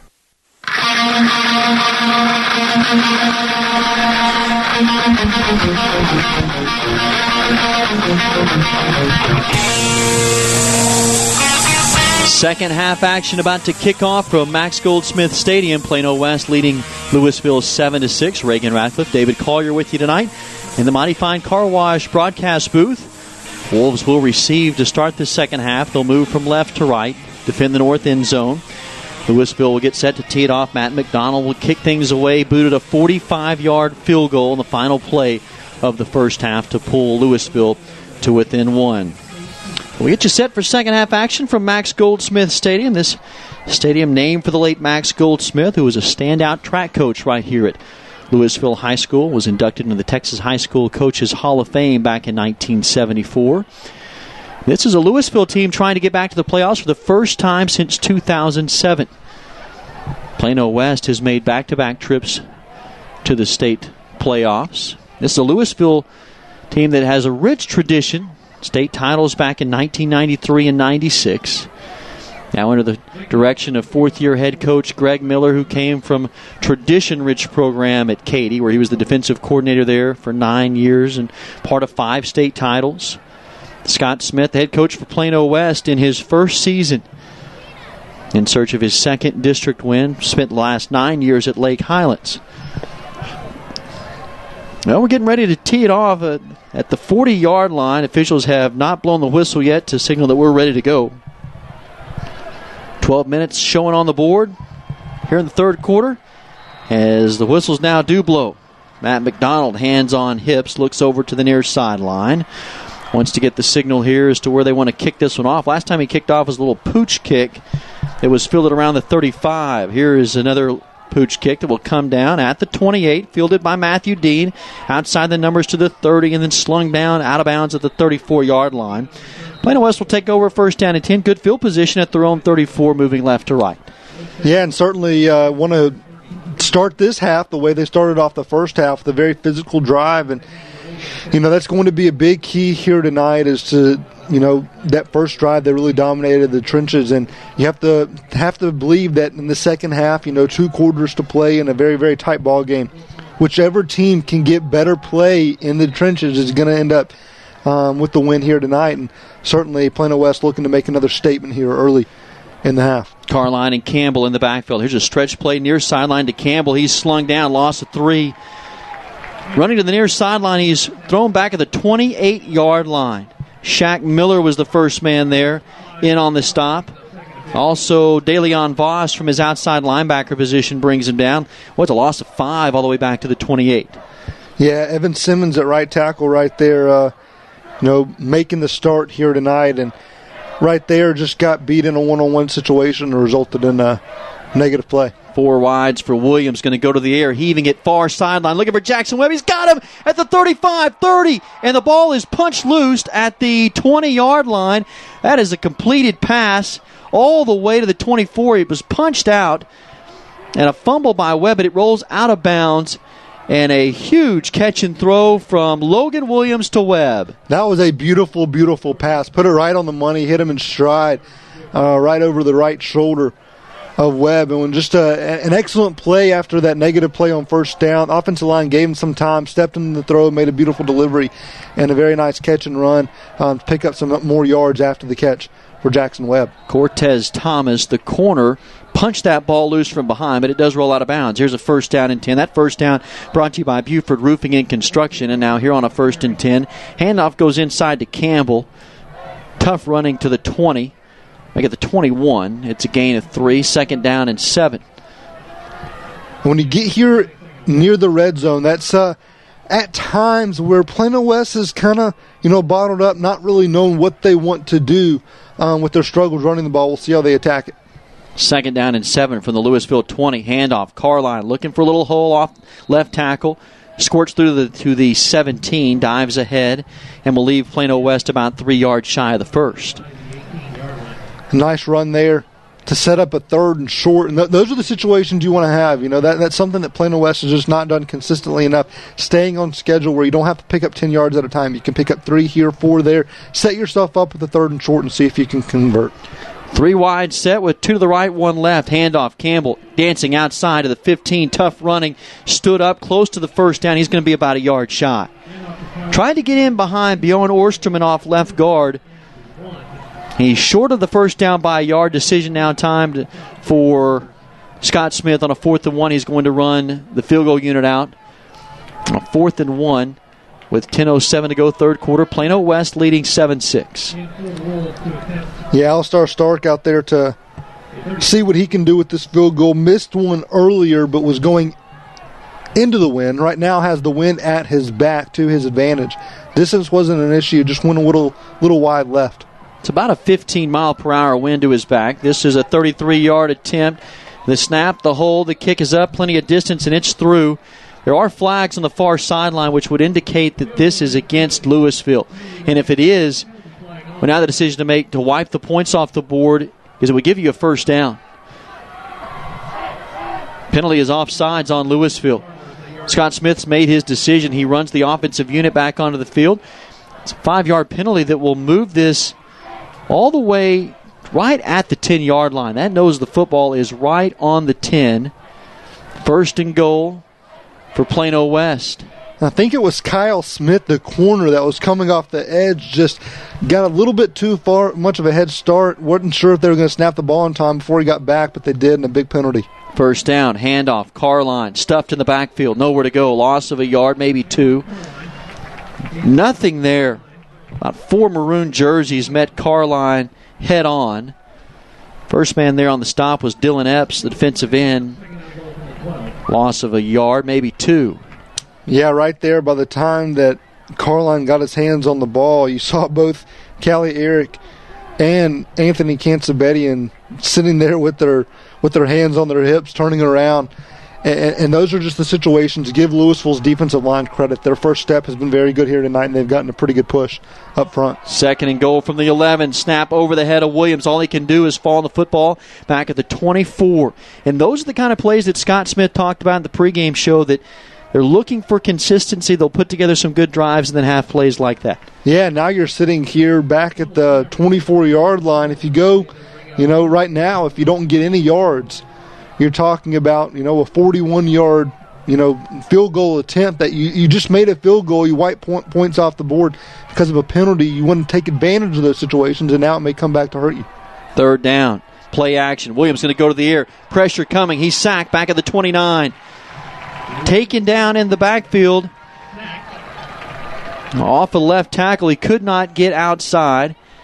Sacked in the backfield. It was Shaq Miller again from his outside linebacker spot, brought him down, and now all of a sudden they took the points off the board, thinking they had a good chance of getting the end zone. They had a first and goal at the 10. Now they're all the way back to the 29. This will be a 47-yard attempt from the right hash. Low snap picked up by Harmon. Kick is up and has the distance, and it is no good, just to the left. Stark missed it. So this one comes back to bite Plano West. After a bad snap and a sack, Wolves come up empty. It's still 7-6 with 7:52 to go in the 3rd quarter. You know, we talked about the balls on the ground going Plano West way, bouncing right back, a number of opportunities for them to really fumble the ball, and they haven't done so yet. Well, at the same time, that's now 2 penalties on Lewisville. One earlier, a false start on a snap on a punt that went way over the head that benefited them, and right there, offsides keeps the drive alive but ends up taking points off the board and being a benefit for Lewisville. Here's a handoff straight ahead. They go to Dante McGee, a punishing run to the 37. Gain of about 7 yards. Big pickup there, and it's second down and 3. You know, those are the situations that Scott Smith, like you said, has talked about so many times. It's just those little things. If they could shore up all these things. This Plano West team has the look of being very, very good at times, and you see that's why they're in some of those games that they were in last week, just not doing enough to get over that hump and doing things consistently. Second and 3, toss to Kwame Michaels. He's got a seam into the secondary, 40, 30, foot race to the goal line, near side 20, 10, a stiff arm, he gets in. Touchdown Lewisville. It was Kwame Michaels. 63-yard touchdown scamper, and Lewisville has their second lead of the game. It's now 12-7. Lewisville with 7:09 to go in the third quarter. Yeah, right there. Very good patience by the back, waiting for his hole, and when he saw it, he hit it in a hurry and went straight up the gut and was able to scamper in for the long touchdown run. And right there you have a penalty on Lewisville that takes points off the board on a field goal make by Plano West. You think they can extend the drive, but give credit to the Lewisville defense. They step up, they make you lose some yards, you miss a field goal, and now a couple plays later, they get a long touchdown run, momentum switch, swift just like that for the Farmers. They're going to go for 2 right here from the left hash. Bob from the gun, 3 receivers to his right, sprints out to his right. Pressure coming, trying to elude Jared Valisano, passed, caught, and the 2-point conversion is converted. Bob bought time, rolling to his right. That pass caught by Robert Benson. And now it's a 14-7 Lewisville lead with 7:09 to go in the third quarter. This is Plano West Wolves football on KEXB 620 AM and SportsSoundsRadio.com. Shell experts here with a pitching machine and a shield to demonstrate the importance of protecting your engine. Think of me as an engine. The Shield is new Shell gasoline with 20% more nitrogen and rich cleaning agents than before. And the baseballs are gunk that attack intake valves and fuel injectors. Come on, gunk, is that all you got? Gunk is out of here. New Shell nitrogen-enriched gasolines. No other gasoline protects your engine better. For quality auto service and repair, see the folks at Flat Shell on Preston Road at I-635.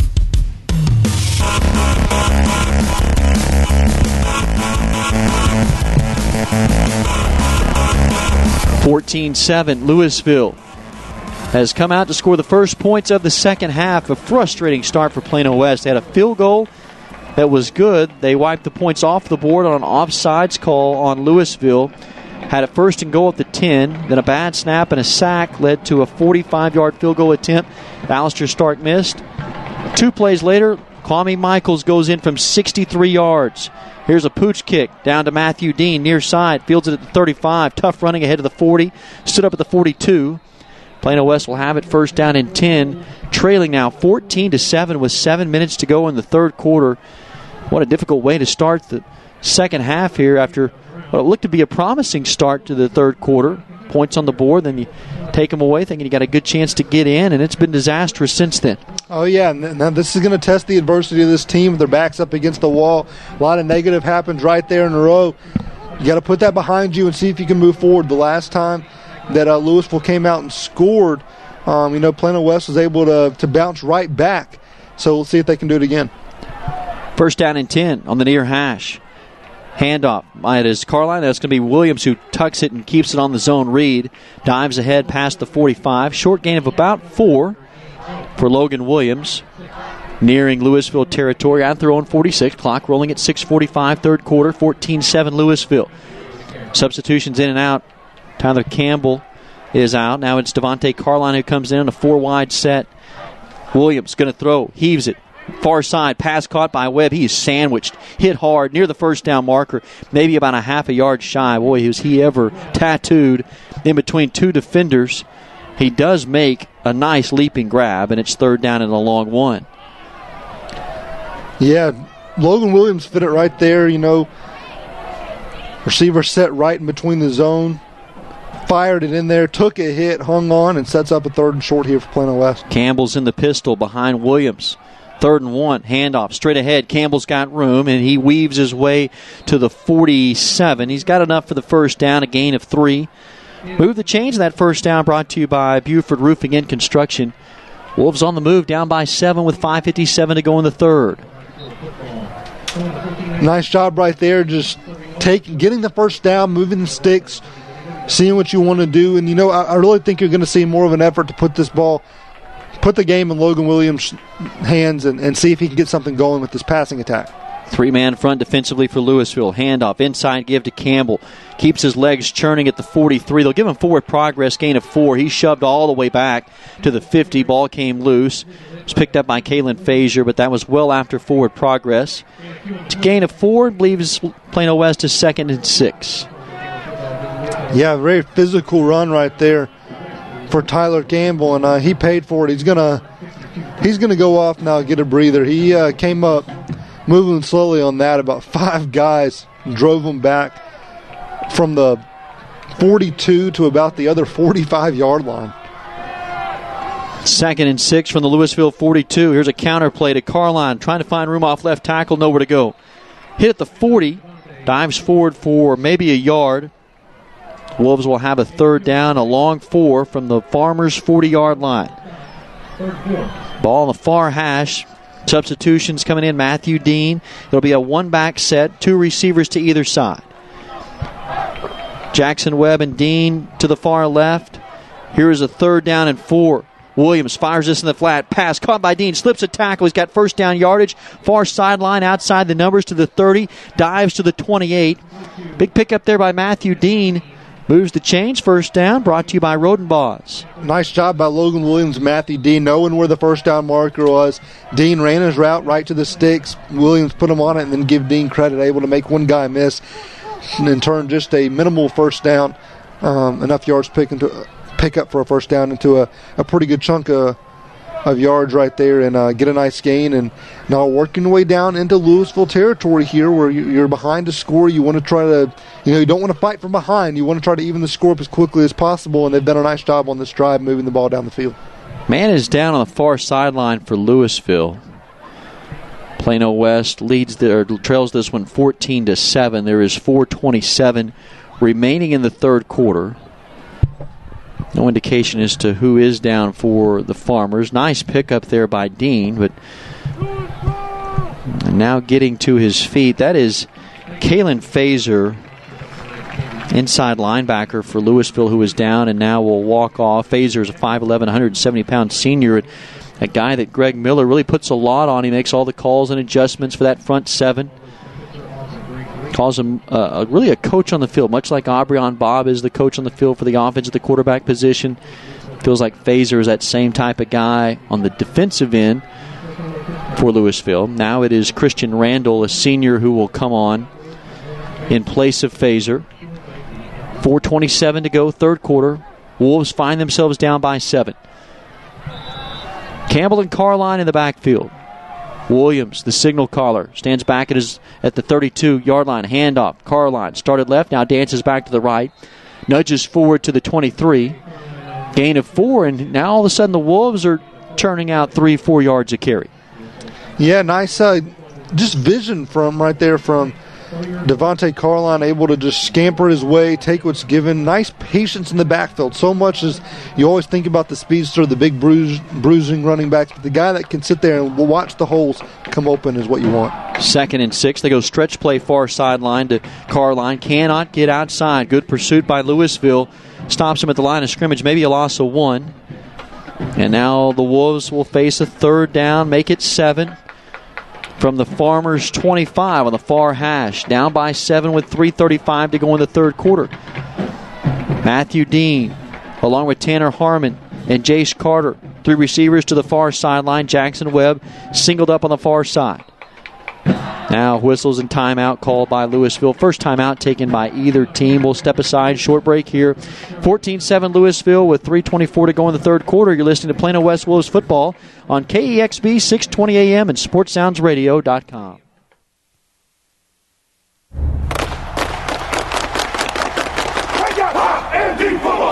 Saturday means Irish football. You got to respect each other. Running hard. He's going in. What blocking? Long ball downfield. It is you got to compete as hard as you can. Dame fighting down the sideline. Still working. Touchdown Notre Dame. Listen all season long on your home for Notre Dame football. Tune in Saturday night as Notre Dame battles USC. Pre-games at 5:30 and kickoffs at 6:30. Right here on 620 AM KEXB.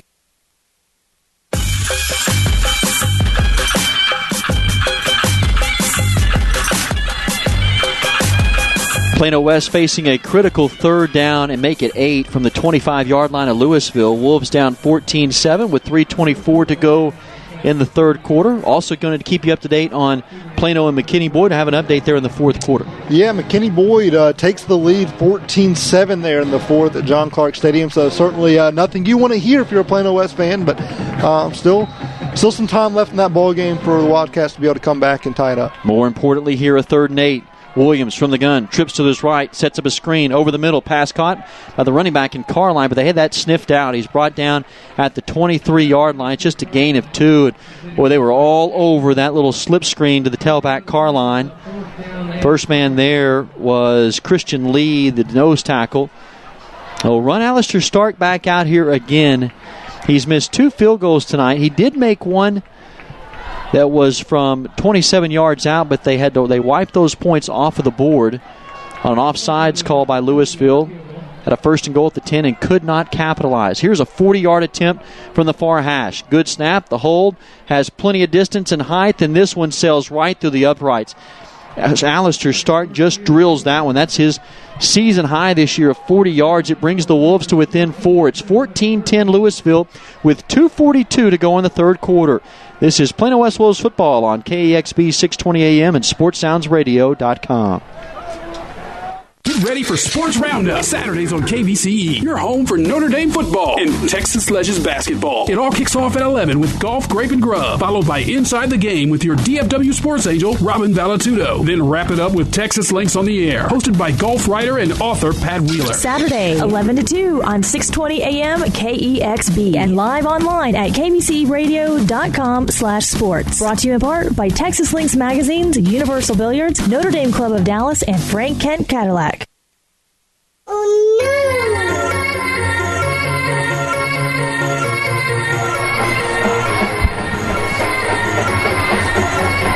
14-10, Lewisville leads Plano West with 2:42 to go in the third quarter from Max Goldsmith Stadium. Glad you could join us tonight. Reagan Ratcliffe and David Collier for the Mighty Fine Car Wash broadcast booth on a terrific evening in mid-October. Temperatures tonight at kickoff at 70 degrees. They've dipped down into the mid-60s. Breeze blowing out of the north at about 15 miles per hour to the back of Alistair Stark, who puts the right toe to leather and drills this one high and deep to Tyrell Shavers, who will not have an opportunity to return this one. He takes a knee. 3rd time tonight that he's driven Shavers into the end zone for a touchback. Lewisville will take over 1st down and 10 at their own 25, leading Plano West 14-10. 14-10. And now it's all about that defense putting the ball, putting this game on their shoulders again. Need a big stop. Now, last time they gave up the long touchdown run, but you haven't seen teams sustain long drives against this defense in a long, long time. And Scott Smith and his coaching staff certainly hope that remains to be the case the rest of the way here tonight. Kwame Michaels, the running back, set to the right of Aubryon Bob. Popped one for 63 yards on his last carry. Here he takes it up the middle, starts left, now back to his right, and he's still carrying tacklers to the 31. That was a definite no gain on the play, maybe a loss of yardage, and Michaels somehow creates a punishing run of 6 yards. Yeah, he just keeps those legs moving no matter what, and that looked like that may be a 2-yard loss to maybe a 1 yard or no gain. Turned all of a sudden into a 6-yard gain, and give him credit. Plano West has got to do a better job of, not expecting that whistle to blow, and you got to get them to the ground. Whatever it takes, you got to get them to the ground and Small's certainly shown he's not going to allow you to do that. 2nd and 4. Here is Dante McGee on a toss right. Cuts it inside to the 35. He's got a first down. Maybe got to the 36-yard line. First time tonight that we've seen Dante McGee, senior running back who missed all of last year, tore his ACL in the first play of a scrimmage. He's worked his way back. It wasn't to a starting role until tonight. He did not start. It was Tavion Harlan. But it's been Kwame Michaels who's done the damage tonight with a 63-yard scamper. Now Michaels is back in an I formation on a 1st and 10 with 1:40 to go in the third quarter. 14-10 Lewisville. Aubryon Bob from under center on an I formation. Toss right. Michaels gets outside. Bottom of the numbers, 40, 45. Spun down at the 44-yard line. Rose Michaels, and very close to a first down again. It's a 2nd down and 2. Yeah, Michaels has done an extremely good job here tonight of just being patient, taking what's there, and making the most of what the defense is giving him. He's done a really good job. It's been certainly give this offense here a boost in the second half. 2nd and 2 from their own 44. Ball in the near hash. Right at 1 minute to go in the third quarter. Two-back set with running backs flanked to either side of Bob. Stretch play. Bob's going to keep it straight ahead. Dives forward. Close to a first down. Bob, a guy that came in tonight leading rusher for Lewisville at 481 yards. He does get the first down there, but he has not called his number all that many times tonight. Makes you think that Plano West is forcing him to give the football on those zone read plays, but there he gets the first down, brought to you by Point of Origin Designs. Yeah, and this is a very nice drive here by Lewisville. Not only are they moving the ball down the field, but they're taking off a lot of time. Approaching 30 seconds to go in the third quarter. The clock is their friend right now. They want to shorten this ball game as much as possible, and then certainly would like to put more points on the board at the same time as well. 1st and 10. Here's Michaels. Inside give. Finds a little hole. A burst to the 49. Across midfield. Gain of about 4 yards there. Tough running again. Clock rolling at 15 seconds. That might be the final play of the third quarter. Now inside 10 seconds. 14-10 Lewisville on top and on the move. Clock down to 3 at 2 at 1. That's going to bring us to the end of the third quarter. We head to the fourth and final stanza here from Max Goldsmith Stadium. Lewisville with a 14-10 edge over Plano West.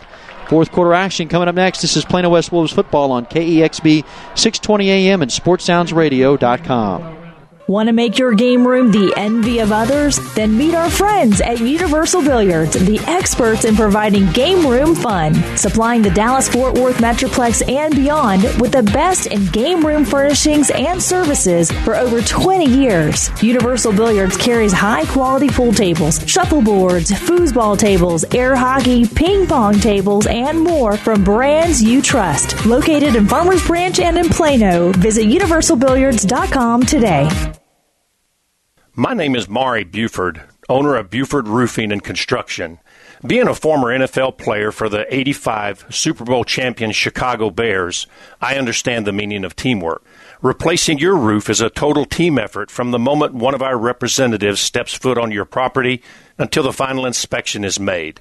Mention this ad and receive up to $1,000 off your roof replacement. What are you waiting for? Call us at 817-329-ROOF or go online at BufordRoofing.com. On a 2nd down, first play of the fourth quarter, Kwame Michaels on a toss right gets some tough yardage to the 45 of Plano West. It leaves Lewisville a short 3rd and 2. Big play coming up here. As we get underway in the fourth quarter, Farmers have a 14-10 lead over Plano West. Lewisville now with that wind to their back, a stiff wind tonight blowing at about 15 miles per hour. Plano West in desperate need of a stop here on a 3rd down and 2 from the Wolves' 45. Bob in the shotgun. Receiver, running backs flanked either side. Bob keeps it on his own read. He has the first down to the 41. Stood up and taken down there. Stop made by Titus Wall. But it is a first down for Lewisville, brought to you by Flat Shell Service Center. 1st and 10, slow to get up, a man down for Plano West. That appears to be Malik Monroe. He does get up. Monroe will have to come out for a play at least. That would Lead you to believe Brandon Brown or Bryce Johnston would come on defensively. It is Bryce Johnston. So clock stops at 11:11. Ball at the 41-yard line of Plano West. 14-10 Lewisville here. Got another scoring update for you, Reagan. Plano now trails, 21-7 in the fourth quarter. So not looking good for the Plano West fans pulling for the crosstown rival here tonight. 1st and 10, right at 11 minutes to go in the fourth quarter. Lewisville leads at 14-10. Here's a toss to Michaels. Gets outside, left side, 30, 25, into the secondary, 20, a man to beat, and Kilpatrick, 10, weaving his way in and out of traffic to the 5, into the end zone goes Kwame Michaels, who has burst onto the scene tonight. Guy who did not have a carry coming in to the season until the third quarter. He took one 63 yards to the house. Here he goes from 41 yards out, and it's now 20-10 Lewisville with 10:45 to go in the game. He has certainly brought another level of energy to this Lewisville offense, and wow, this game has turned in a hurry from looking like Plano West was going to extend their 7-6 halftime lead to 10-6. Lewisville, of all people, commit a penalty, and it ends up being kind of the swinging part of this game as it stands right now. Farmers on top, 20-10. Matt McDonald for the extra point. Snap, the hold is down. He drills this one. 21-10 now, Lewisville. Plano West has an uphill battle to fight here with 10:45 to go in the fourth quarter. Down by 11. This is Plano West Wolves football on KEXB 620 AM and SportsSoundsRadio.com. Halo for Freedom Realty, the best way to buy and sell a home in Texas. Hi, I'm Tony Ryan, co-founder of Halo for Freedom Realty. We are making it easy for Americans across the country to give back to the men and women who have served our country. By exercising the choice to buy and sell with Halo for Freedom Realty, 10% of each real estate transaction commission goes directly to the nonprofits assisting in honoring our American warriors. Give us a call at 844-FREEDOM or visit us at haloforfreedomrealty.com. Homes of the free because of the brave.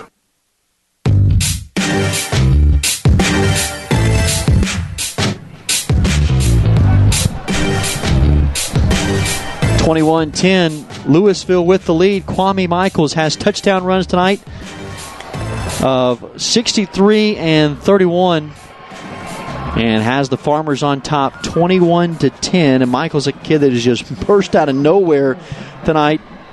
It was unheard of until the third quarter tonight when he took one to the house 63 yards. It had been Dante McGee, Tavian Harline, Josh Adebayo in the backfield all season long. Tonight, Michaels comes on and has done the damage here in the second half. Matt McDonald to tee it up from the 40. Wind to his back. Wolves down by 11. They've got to go into that wind. McDonald's approach. He kicks this one away. A low liner. Knuckleball that'll come down. Bounce to the 10. DeMonte Carline fields it. Runs into the back of his own man. Gets outside 15. Down to the 17. Wrestled down there. Taken down by Cole Taylor. Plano West with a long way to go here. 1st and 10 at their own 17 with 10:35 to go in the fourth quarter. Yeah, and if you're Plano West, you just can't panic right now. You still got plenty of football to play. You're only down, 11 points. That's eternity in football, 10:35. So you just got to do what you do. But every possession becomes precious at this point, especially the way that Lewisville has been able to move their ball and seems to have found a guy that has been really effective against this Wolves defense. 1st and 10. Logan Williams in the shotgun. 3 receivers to his left. Here comes pressure. They pick it up. Now steps up in the pocket. Now that pocket begins to collapse. Rolls to his right. Heaves it down the sideline, incomplete. Trying to find his man in Jace Carter racing down the far sideline. It's incomplete. It's now 2nd and 10. Yeah, just, Logan Williams hadn't been able to get anything going, and, it's going to be interesting. And right now, actually, Logan Williams goes over to the sideline. So going to go with a little different route here, see if they can get something else going. 2nd down and 10. It will be Ade Kilpatrick who comes in. Cornerback by trade. And Steps into the quarterback role now. 4 wides. Kilpatrick's going to take it on a quarterback delayed draw. He's got room. 20, 25, 30. Into the secondary. To the 40. To the 50. Breaks a tackle. Throws a stiff arm at the 40. And is wrestled down back at the 41-yard line. No flags. Big run by Ade Kilpatrick out of the Wildcat formation. Well, we've seen Kwame Michaels come and give Lewisville a burst. Maybe Ade Kilpatrick can do that for this Plano West offense. It's been pretty stagnant here tonight, but right there, a big boost and a big play is he went over to the sideline, but now coming back out to take another snap. Kilpatrick will go back in the gun. 2 receivers right, 1 left. Handoff. Jeremy Warren, who's typically an H-back, who's in the backfield, carries it off right tackle, gets to the 40. It's a short gain, maybe across the 40 to the 39, short gain of 2. Yeah, and Ade Kilpatrick, you can tell he's not used to taking snaps. I think right there, he actually bobbled that snap, but it happened to land into the arms of the back, and it just happened to work out right there for and not be a disastrous play for the Wolves. 2nd and 8. Kilpatrick wanted to throw now, pulls it down. Tough running to the 37. Gets about 3. Will leave Plano West a 3rd down and 6 here. They do bring Logan Williams back onto the field, the quarterback position, more of a maybe passing situation right here. But would tip your cap to Ade Kilpatrick and the job running that he did there to pick up huge chunks of yardage. Extend this drive. It's now 3rd and 6, 9-10 to go in the game. 21-10. Lewisville with the lead here in the 4th. Williams will operate with 3 receivers to the far sideline into the boundary. Jackson Webb, the lone receiver, to the left. Williams going to throw. Pass caught on a quick out route by Webb at the 25. It's a 1st down for Logan Williams to Jackson Webb. That 1st down brought to you by Mighty Fine Car Wash. And here comes Plano West into Lewisville territory, 1st and 10 at the 25. Yeah, we've talked about when this passing game is going, what can make it dangerous is they spread the ball around. But Jackson Webb's been that are on the receiving end of a number of balls from Logan Williams tonight. Here is Devontae Carline straight ahead to the 20. Tough running there. Gets about 5 yards, goes the sophomore running back. We'll leave it a 2nd and 5 with 8:34. Wolves down 21-10 here in the 4th quarter. 2nd and 5. Williams has Warren to his left, Carline to his right. 3 wide formation. Snap back to Williams. Here is Carline. Now it's going to be Williams on a busted play. Rolls to his right. Throws. Pass incomplete. Nobody was looking. That was a busted play from the beginning. What looked to be maybe either Carline went the wrong way or Williams went the wrong way. There was definitely miscommunication. Williams tried to buy some time. Rolled to his right. And threw it to an intended receiver, but nobody was looking. Now it's 3rd and 5. Yeah, looked like that was on Carline. Looked like that was a design run play. Williams was emphatically trying to get him to take the ball. He didn't, so he finally rolled out. And his 2 receivers downfield were blocking. They were not even looking for a pass. They were actually open, but if they had turned around, maybe could have made a play if there wasn't an illegal man downfield. But one of those other negative plays that Coach Smith has talked about. 3rd and 5. Whistles blow and flags drop. There is a penalty flag. What looks to be Tanner Harmon with a false start, and they'll have to back this up 5. And again, there's those plays that Scott Smith talked about in the pregame show with the offense. They've got to have some consistency in those setbacks, whether it be a bad snap or a penalty. Here in the case of penalty that's detrimental to the offense. Now it's a 3rd and 10. From the 25 of Lewisville, ball in the near hash. 2 receivers set to either side. Man in motion goes Jackson Webb.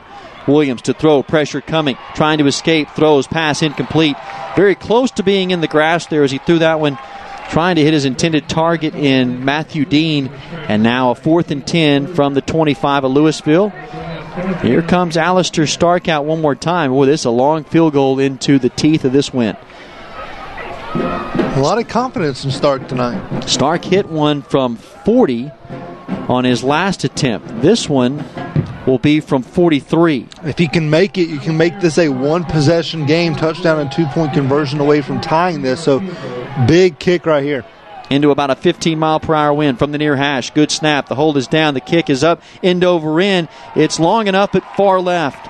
Just missed it. Boy, Stark has the leg. There's no doubt about it. Scott Smith thinking that there's a good chance. Yeah, just like you said, you make this one. It's a 1-possession game, and likes the leg that he has on his kicker, and rightfully so. That's plenty of leg right there in a pretty stiff wind tonight. Yeah, what's interesting, we really haven't seen Alistair Stark at all. You mentioned it earlier, just 1 of 1 coming into the night, and that was his, third, fourth field goal attempt. One of them was taken off the board earlier, so a lot of confidence being shown in Stark tonight, and right there, if he started that one in the middle of the field, not from the left hash, it may split the uprights. Kwame Michaels dots the I behind Aubrey-on Bob. It's a toss right. Michaels cuts inside, past the 30 to the 33.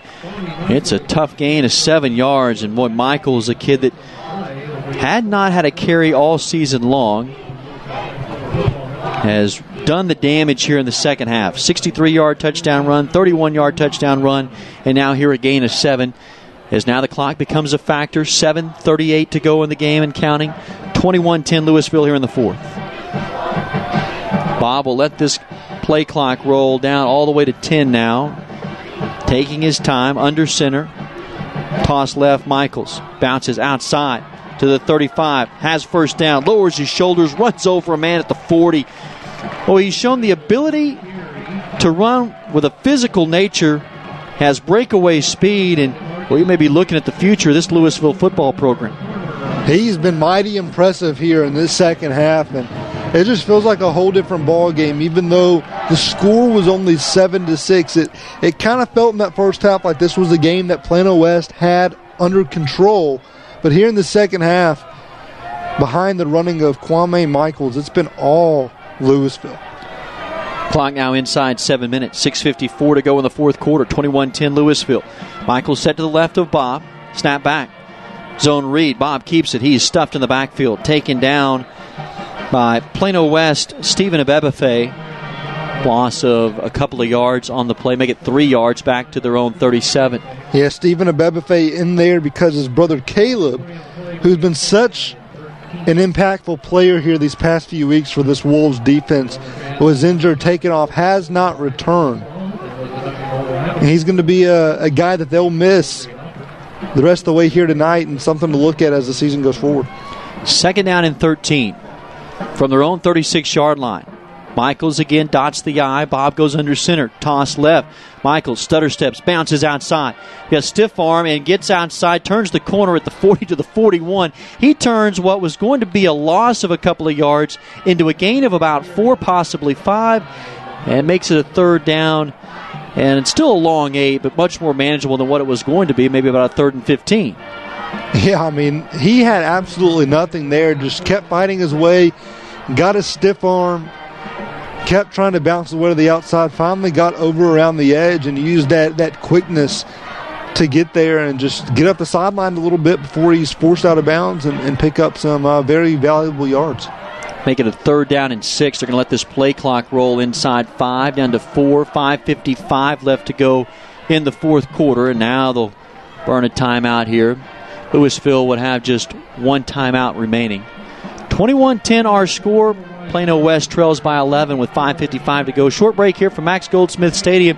This is Plano West Wolves football on KEXB 620 AM and SportsSoundsRadio.com. Alliance for the Brave, a program that advocates for veterans and first responders. Presented by Halo for Freedom Realty, Tarrant County College, Frank Kent Motor Company, Certified Senior Advisor Jim Blythe, and Universal Billiards. Alliance for the Brave works in support of those crossing the line of departure from service life to civilian life, bringing leadership values of honor, duty, and service to their communities. Let's take care of our brave. Tune in, join in, and get plugged in with us. Alliance for the Brave, weeknights at 6 on 620 AM.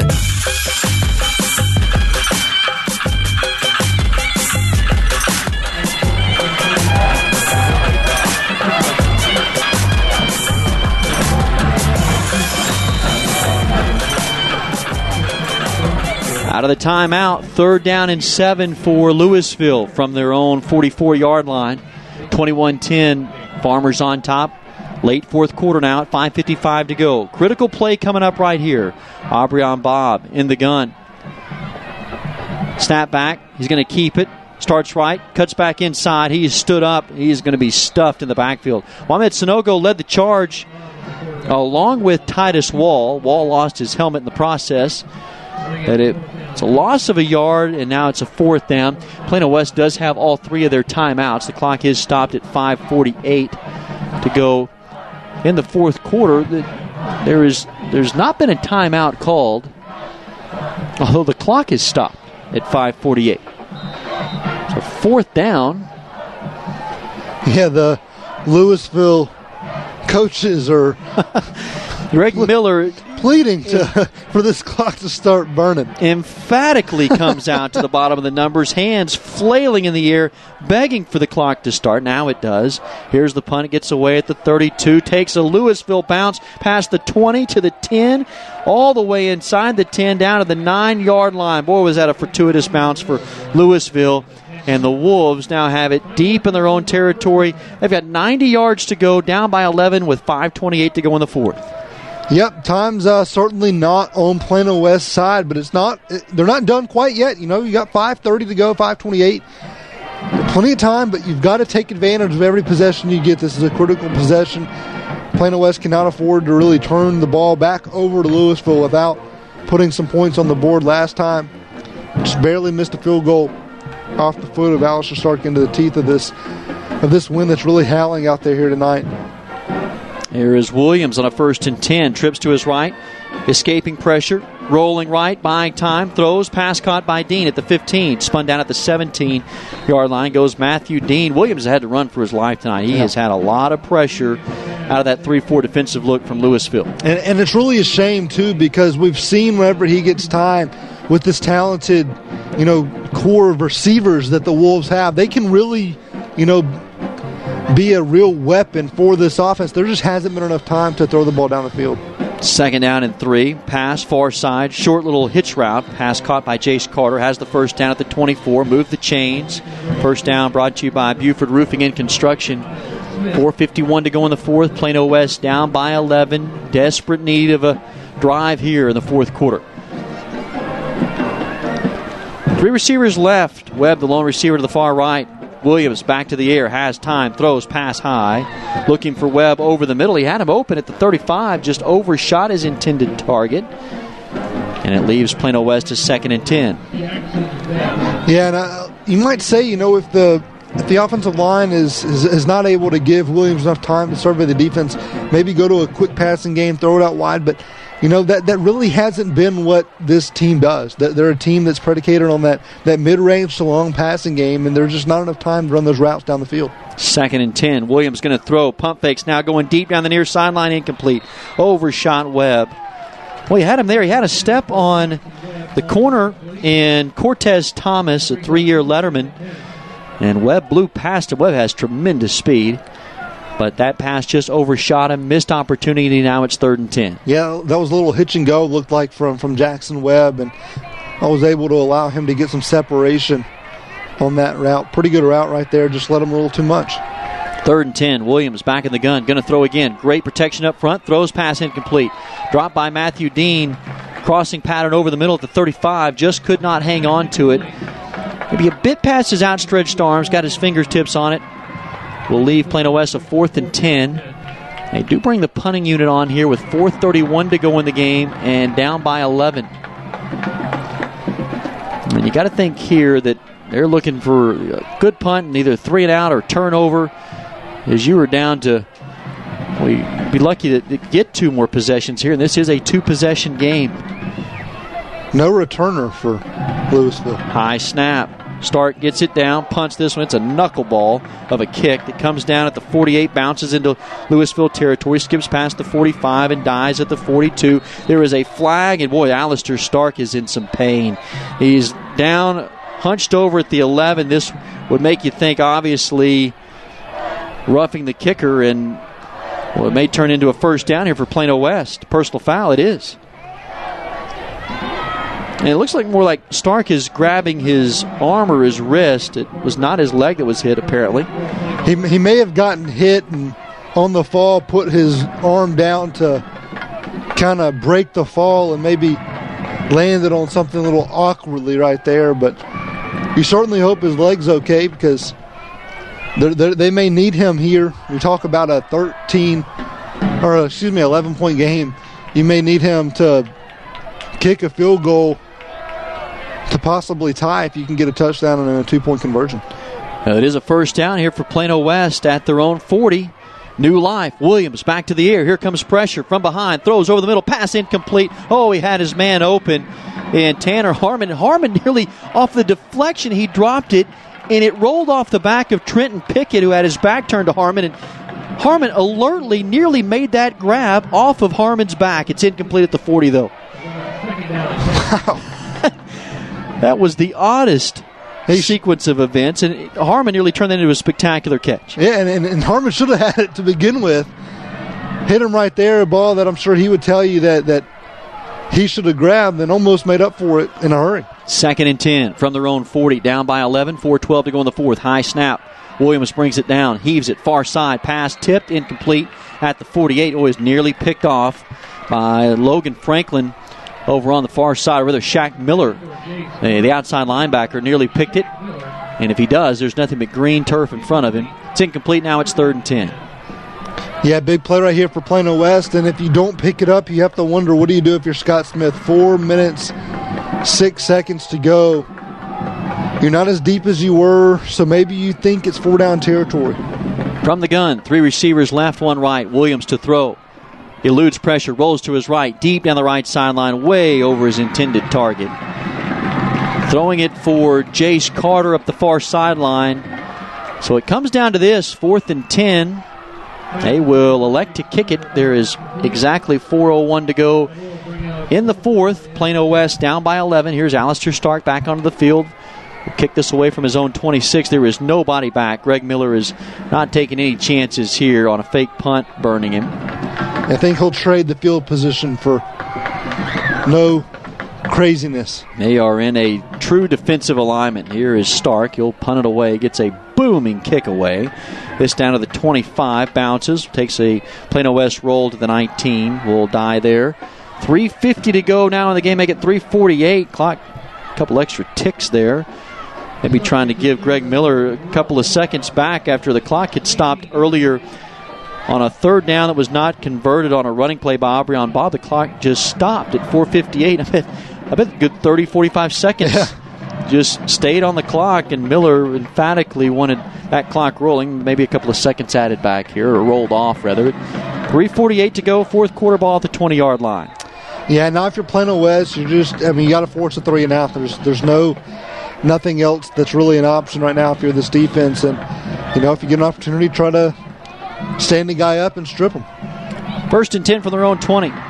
Toss left to Michaels. Stood up at the line, trying to find a hole. Bounces outside of the 21. Well, he is a patient runner. Yeah. Looking for just a sliver there where he can find a little crease and get through. He has been the story of the night. Guy that really nobody had heard of prior to tonight. Not a carry on the season. It makes you have to wonder if he probably more than likely he was down on the junior varsity and up tonight, and he just burst onto the scene in the third quarter. 63-yard run that put Lewisville on top. He has another touchdown run of 30-plus yards. It's 21-10 Lewisville, 3:10 to go in the game.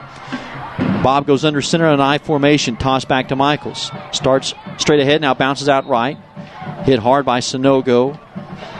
Gain of close to 3 to the 26. Make it a 3rd and 4. Timeout called for Plano West with 2:50.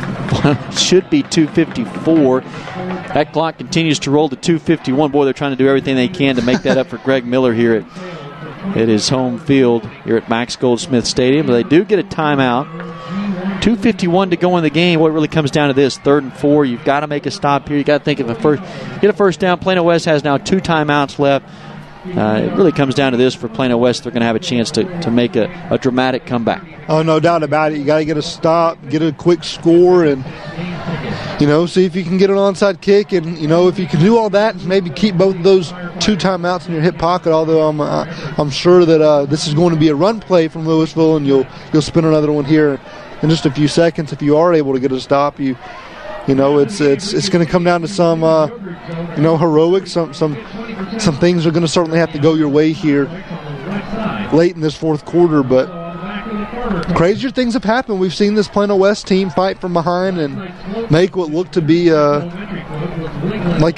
the game was over into some pretty interesting final minutes earlier this season. Now there's 25-60 on the clock. There it is. There it goes. 2:56. Scott Smith would take that. We were about, absolutely. They were about to have to do all sorts of clock work. Now it is at 2:56. They'd flashed 23 minutes and 56 seconds on the clock. They quickly corrected that.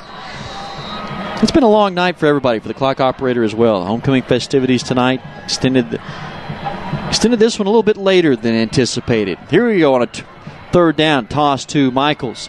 Hit at the line of scrimmage, just nowhere to go. Sunogo leads the charge. Loss of a yard. Now David Hall, the defensive coordinator, quickly asking for a timeout. Pointing to the clock, making sure that it stops on time. 2:47 to go. Boy, Sunogo's been everywhere tonight defensively. A guy who came in with 80 tackles on the season, 21 last week against Marcus, and once again, he's just been everywhere. I mean, it just seems week by week he's getting more comfortable, more into the guy that we saw last year. And you have to believe that, you don't want to look too far ahead to next year, but you have to imagine when the season starts rolling around next season, there's going to be a lot of talk, not only around Plano West, but around the Metroplex about what kind of defensive player he is. He is a special, special talent. Yeah, he is. And beginning to get the looks. Indiana's made an offer. And Scott Smith talked to early in the season about, I think the big question around college recruiters is, as a guy of his size, because he had the ability to cover receivers in space. And, boy, he is built like a Division I linebacker, a solid kid who stands at about 6'2", 220. And, boy, I think he's definitely answered the questions this year about running with receivers in space. Last week he was on paired up on that talented tight end, one of the best in the nation when it comes to tight ends, and he he held his own. You'll see him on Saturdays in another couple of years. Here's a punt, a high spiraling nose in the air kick that bounces at the 40 of Plano West, dies at the 38. 2:38 on the clock. In this one, Lewisville up 21-10, so it comes down to this. Plano West, without question now in 4-down situation. 2-possession game. Here comes Logan Williams and the Plano West offense. They have to not only make up an 11-point deficit, they're on their own end at the 38-yard line, and they're traveling into that wind of about 15 miles per hour. 2 receivers split to each side. Williams stands in the gun back at the 32. Snap back. Williams throws far side. Pass incomplete. Short out route by Jace Carter. Falls just past his extended arms. Now it's a 2nd and 10. Lewisville trying to get to 3-2 in district. Plano West hoping to get to 2-3 with a lot of ground to make up and not much time. Here's the snap back to Williams. Throws over the middle. Pass. Leaping catch made by Harmon at the 40. And he does a somersault at the 39 to hold on to the football. Boy, he did a handstand there for a couple of seconds. What a catch. He held on to it. Trenton Pickett was trying to nudge it away from him. What a grab by Harmon. First down at 10. Ball at the 40. That first down brought to you by Rodenbaugh. Here's Williams back to the air. Throws near side. Pass caught by Webb at the 33. At the bottom of the numbers. Clock will roll at 2:15 to go in the fourth quarter. They got to move quickly. Have just one timeout. Down by 11. Williams hustles the line, offensive line to the line of scrimmage here. 2 receivers to either side. Here comes an all-out blitz. Williams throws, pass caught by Carter. Far side at the 30. Gets out of a tackle. The 29. He has a first down. That'll stop the clock. Move the chains. Here comes Plano West at 1:54 to go in the game. Yeah, really nice job right there by Williams, seeing what was there. Guys coming in the space. A lot of pressure right there. You mentioned the all-out blitz from the Farmers. Carline set to the left to Williams. 2 receivers split to each side. Williams rolls left, looking. Here comes pressure. Still searching. He is sacked from behind. Ball's on the ground. It's loose. There's a scramble for it at the 34. Plano West comes up with it. Boy, Lewisville had every opportunity to recover that one. Clock is rolling at 1:29. They've got to hurry. They have one timeout. Down 21-10. Quickly, they've got to move. Williams looks to the far sideline to get the signals. And there's doesn't seem to be too big of a sense of urgency out there. It is 1:15 to go in the game. Play clock is at 18. Williams has 3 receivers to his right. Snap back. Straight drop back. Throws over the middle. Pass incomplete. Harmon was looking for a pass interference call on Trenton Pickett. A little push in his back. There is no penalty. So now 3rd and 14 with 1:05 to go in the fourth. Yeah, Lewisville was not completely set up when Plano West snapped that ball. And I believe it was Matthew Dean who was running down the middle of the field wide open. Logan Williams didn't see him. 3rd down and 14. Williams back to the air. Here comes pressure from behind. Steps up in the pocket. Sacked at the 34. It was a Modric Pelican, the inside linebacker, who got him. So it's now 4th and 14, 56 seconds to go. And now a timeout for Plano West. This will be it. That is their final timeout. They're down by 11. And the thing that the offense has really been able to hang their hat on this year has been the passing game. And credit Greg Miller, the defensive staff for Lewisville, the job they've been able to do tonight. Passing game has not been there tonight for the Wolves. Yeah, just no time to get anything going. I mean, that's where it all starts. We talked about in the pregame. The key to this offense, whether you want to talk about establishing the running game, which Plano West has had a tough time doing all year, or getting that passing game going, which they've been able to hang their hat on. It all starts up front. They've got to open up holes in the run game. They've got to give Logan Williams time in the passing game, because this is not so much high school football these days is that spread where you have the quick passes to the outside that are really more an extension of the run game. That's not what this Plano West offense is. They want to throw the ball down the field, and they need Logan Williams to have a clean pocket in order to do that. He's just been running for his life, and that just makes him uncomfortable and makes his whole offense kind of off-kilter. Out of the timeout, here's your ball game. 4th and 15. Snap back to Williams. Under pressure, throws it, heaves it to the end zone. Pass bobbled and caught by Tanner Harmon. It's a touchdown. Oh, what a throw by Williams, who escaped pressure, and Harmon held on in traffic. It is 21-16. They'll go for 2 with 47 seconds left on the fourth quarter clock. Logan Williams was wrapped up, being drugged to the ground. He knew if he takes a sack, the game is over. He said, let's just put it up and see what happens. And Tanner Harmon got behind everybody and made one heck of a catch. Here they go out of a swinging gate formation. Throws over the middle on a slant route. It's incomplete. Trying to find Jace Carter just past his outstretched arms. So it is a one-possession game, but now they have to have a touchdown. They're down 21-16 as Plano West, 47 seconds. We'll catch our breath. 30-second break. The finale of this one coming up next on KEXB 620 AM and SportsSoundsRadio.com. Point of Origin Design is your one-stop shop for all your apparel, promotional, event, or team uniform needs. Point of Origin Design is a full-service design and logo creation company that offers a wide variety of imprintable and embroidered products. With competitive pricing and quality work, you can't go wrong with Point of Origin Design. It's always best to start at the right point, so visit them online at pointoforigindesign.com. Let them help you plan your next promotional item or design your next t-shirt. That's online at pointoforigindesign.com.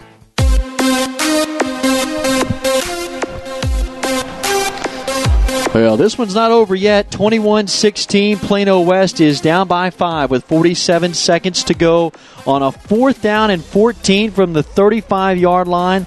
Logan Williams eluded pressure and sent a prayer into the sky, and it fell into the arms of Tanner Harmon, who just held on. A failed 2-point conversion, and here we go. It comes down to this onside kick for Alistair Stark. Down whistles blow. Stark has it on the near sideline, or at the on the near hash, and now a timeout called by Lewisville. That's their final timeout. Both teams now have exhausted all 3 of their timeouts. And we've seen this year, them execute an onside kick. Alistair Stark does a tremendous job of getting that bounce. You got to think there's a great chance right here. Yeah, you just want to give your guys a shot. That's the key. You drill that ball into the ground, see if you can get that hop, and see what happens. You got to depend on Stark to be able to deliver the kick and give your guys a shot to get out there and make a play. And if that ball gets on the ground, it's a 50-50 shot. And we've seen tonight the balls on the ground have pretty much gone Plano West way, or they could have had a few turnovers on the night. So if they get it, who knows? Maybe another prayer will be answered on the end zone for Logan Williams in this offense. Stark will tee it up from the 40 on the near hash. Tyrell Shavers, Robert Benson on that back line, sure-handed receivers who stand at the 43-yard line on that second line of defense. Here's the kick. It bounces at the 45, hits a Plano West defender, hits Tanner Harmon at the 43. They never had a chance at that one. That one rolled about 5 yards and hit Harmon. Lewisville is going to get this football back, and all they will have to do is line up in a victory formation, and they will earn their third district win to get to 3-2 in district. Plano West, barring some kind of botch snap and a miracle here, will fall to 1-4 in District 668.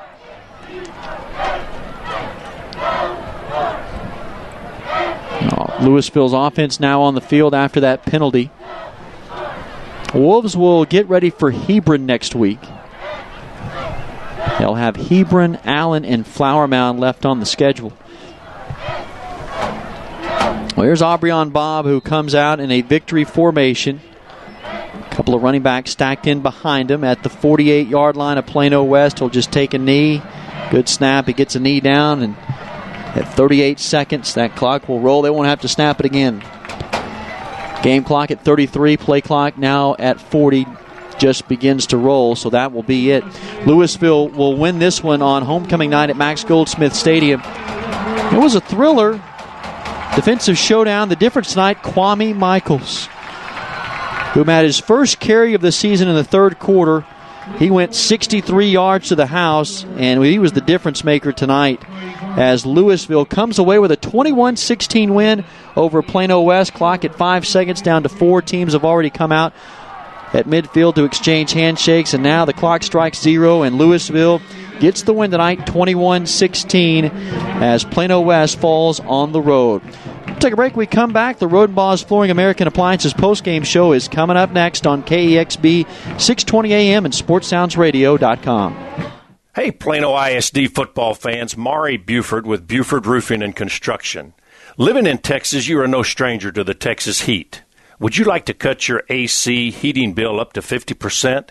Would you like your home more comfortable? Foam insulation is your answer. Call me for a free analysis and estimate of your home and start saving money now.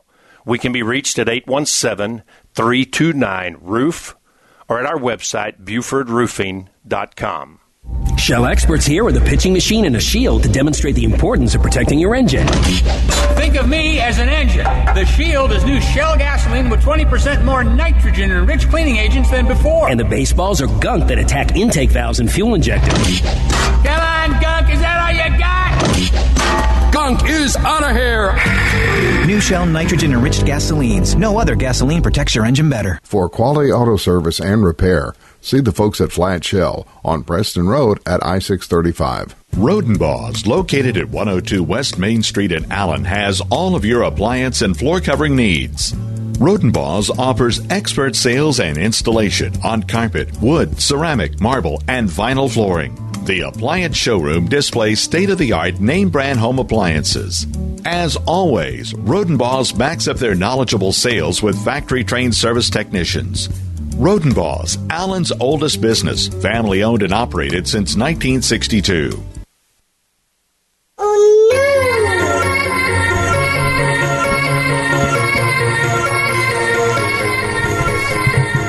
Welcome you back to the Rodenbaugh's Flooring American Appliances postgame show. Reagan Radcliffe and David Collier with you tonight. The Mighty Fine Car Wash broadcast booth. 21-16, the final score tonight. Lewisville with the victory over Plano West. Let's take a look at how we got here tonight with the night's scoring summary, David. Yeah, well, it all started off. Thought we were going to be in for a shootout here early on, the very first possession of the game. Lewisville gets a long run on the first play, and then Matt McDonald nails home a 28-yard field goal to give the Farmers a 3-0 early lead, and Plano West fights right back. Tyler Campbell scored a touchdown on a 33-yard touchdown run with 4:50 to go in the first quarter to put the Wolves up 7-3. And then it was all defensive struggle from then on until right before the end of the first half. Matt McDonald goes back out there for Lewisville and nails home a 45-yarder to cut the lead to 7-6 going into halftime. And then in the second half, it was the Kwame Michaels story. He first starts it off, 63-yard run, touchdown run to give the Farmers the lead 10-7. Alistar Stark then nails home a field goal to make it, to give 13-7 lead. And then Plano West, Alistar Stark hits a 40-yarder to cut the lead to 13-10. Then Michaels 41-yard run in the fourth quarter, and then Tanner Harmon gets a 34-yard touchdown pass late to give the Wolves a fighting chance, but a 2-point conversion attempt fell short, and then an onside kick did not make it. They needed 10 yards, and Plano West ends up dropping this from 21-16, and their playoff shots take a big hit with the loss as well. Yeah, tough one to suffer tonight. Plano West now falls to 2-5 overall, 1-4 in the district. Lewisville gets to 4-3 and 3-2 in district. The Farmers trying to get back to the playoffs the first time since 2007. For Plano West now, a very uphill battle for them to face. So let's take a look at tonight's statistics. Not a whole lot of disparity in the overall total numbers. In fact, the total offensive numbers belong to Plano West. But again, like you said, most impressive statistics going to stand out is what Lewisville was able to do in the ground game and with Kwame Michaels. Oh, no doubt about it. Lewisville, they end up actually, like you said, losing the total yards advantage to Plano West, 322-300, but on the ground, 275 yards on 40 carries for the Fighting Farmers. And when we talk about Kwame Michaels, we didn't know who this kid was coming into tonight, but he certainly made an impression on us. 14 carries, 163 yards, and 2 touchdowns for the Lewisville running back. He was quite the impressive performer. Aubrey Bob we thought would have a big impact in this game. Just 2 of 6 passing for 25 yards, 12 carries, 44 yards on the ground. Didn't make it much of an impact there. It was all Michaels for Lewisville. And for Plano West, Logan Williams, 14 of 26. They did have to pass the ball because they were behind there in the second half. 191 yards, 1 touchdown, no interceptions, but it wasn't enough. Receiving, Jackson Webb, 4 receptions, 72 yards. Tanner Harmon, 2 for 56 in the touchdown late. Matthew Dean, 4 receptions, 41 yards. You look on the ground, Tyler Campbell, 13 carries, 58 yards, 1 touchdown. Devontae Carline, 14 carries, 41 yards. And Ade Kilpatrick came in and gave this offense a boost in the second half. He had 4 carries for 50 yards. So, it was just one of those situations we've seen a number of times. The play up front and the offensive line just didn't allow this team to do some things they want to do, and that resulted in a lot of negative plays that Coach Smith talked about before the game. You need to stay out of those, and Plano West wasn't able to do it, and that was ultimately kind of what shot them in the foot. Again, the guy that stands out tonight, Kwame Michaels, a junior running back who actually is not on the 2-deep roster for Lewisville. 12 rushes on the season, 45 yards coming into tonight actually is what the stat line was on Michaels. Like you had mentioned, 14 carries for $163 and 2 touchdowns. Big difference maker tonight for Lewisville as the Farmers win 21-16 over Plano West. Take a break. We come back. We will get you caught up on District 6-6A action as well as the rest of the scores around the Metroplex tonight, and then we'll wrap things up here on the Road and Balls Flooring American Appliances postgame show on KEXB 620 AM and SportsSoundsRadio.com. Rodenbaugh's, located at 102 West Main Street in Allen, has all of your appliance and floor covering needs. Rodenbaugh's offers expert sales and installation on carpet, wood, ceramic, marble, and vinyl flooring. The appliance showroom displays state-of-the-art name-brand home appliances. As always, Rodenbaugh's backs up their knowledgeable sales with factory-trained service technicians. Rodenbaugh's, Allen's oldest business, family-owned and operated since 1962. Shell experts here with a pitching machine and a shield to demonstrate the importance of protecting your engine. Think of me as an engine. The Shield is new Shell gasoline with 20% more nitrogen and rich cleaning agents than before. And the baseballs are gunk that attack intake valves and fuel injectors. Come on, gunk. Is that all you got? Gunk is out of here. New Shell nitrogen-enriched gasolines. No other gasoline protects your engine better. For quality auto service and repair, see the folks at Flat Shell on Preston Road at I-635.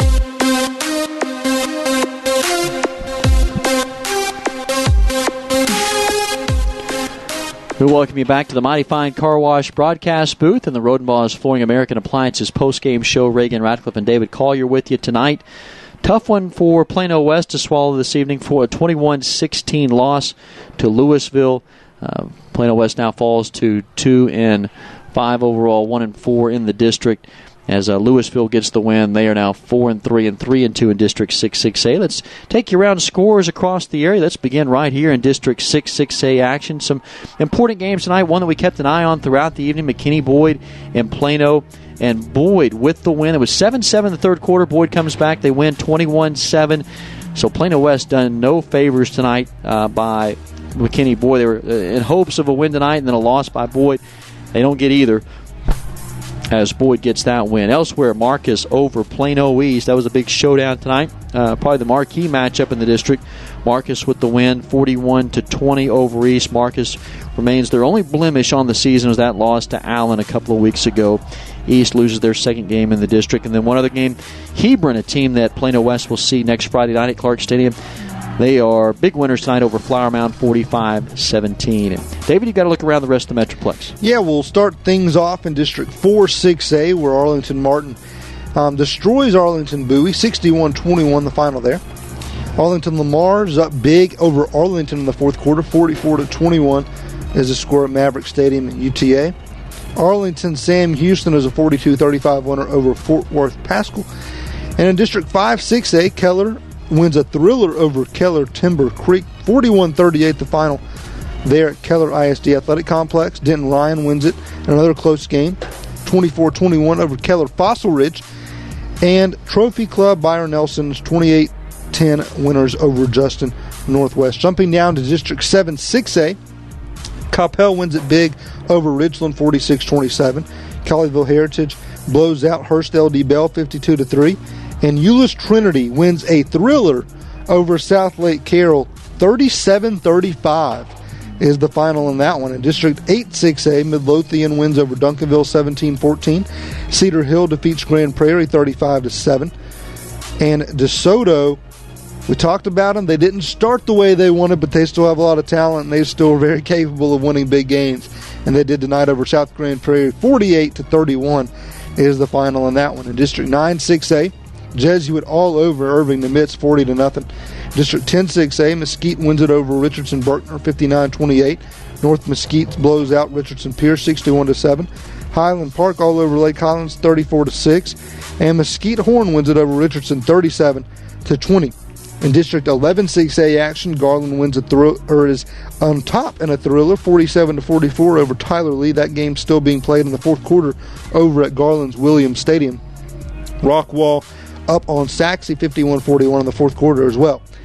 Jumping into 5A games, District 5-5A, Denton winners over Wichita Falls Rider, 42-39 in that one. Lake Dallas blows out Fort Worth Eastern Hills, 52-0.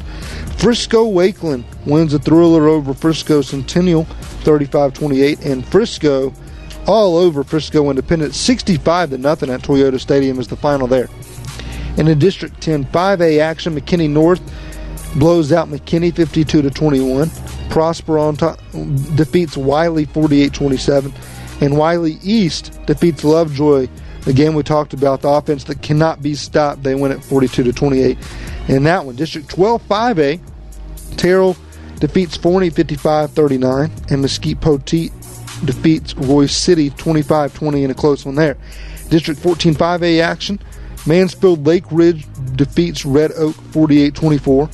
Waxahachie defeats Mansfield Timberview, 42-31. And Lancaster is winners against Mansfield Legacy, 57-21. Our last game of the night in District 16 5A, Tyler John Tyler defeats Ennis, 40-29 at Tyler's Rose Stadium. So a lot of good games in the Metroplex here tonight, and things didn't go the way that Plano West wanted to, but still a lot of football to be played, still an opportunity. You never know what can happen these final 3 weeks of the season, and all eyes on Hebron next week. Yeah, down to now a 1-4 mark in District 2 and 5 overall. Plano West definitely with their work cut out for them on those final 3 games of the season. We'll tell you about their next contest coming up next Friday night, right after the break here. In final score, Plano West falls to Lewisville on the road, 21-16. We'll wrap things up next, coming up on the Roden Balls Flooring American Appliances postgame show on KEXB 620 AM and SportsSoundsRadio.com. Hey, Plano ISD football fans, Mari Buford with Buford Roofing and Construction. Living in Texas, you are no stranger to the Texas heat. Would you like to cut your AC heating bill up to 50%? Would you like your home more comfortable? Foam insulation is your answer. Call me for a free analysis and estimate of your home and start saving money now. We can be reached at 817-329-ROOF or at our website, BufordRoofing.com. Rodenbaugh's, located at 102 West Main Street in Allen, has all of your appliance and floor covering needs. Rodenbaugh's offers expert sales and installation on carpet, wood, ceramic, marble, and vinyl flooring. The appliance showroom displays state-of-the-art name-brand home appliances. As always, Rodenbaugh's backs up their knowledgeable sales with factory-trained service technicians. Rodenbaugh's, Allen's oldest business, family-owned and operated since 1962.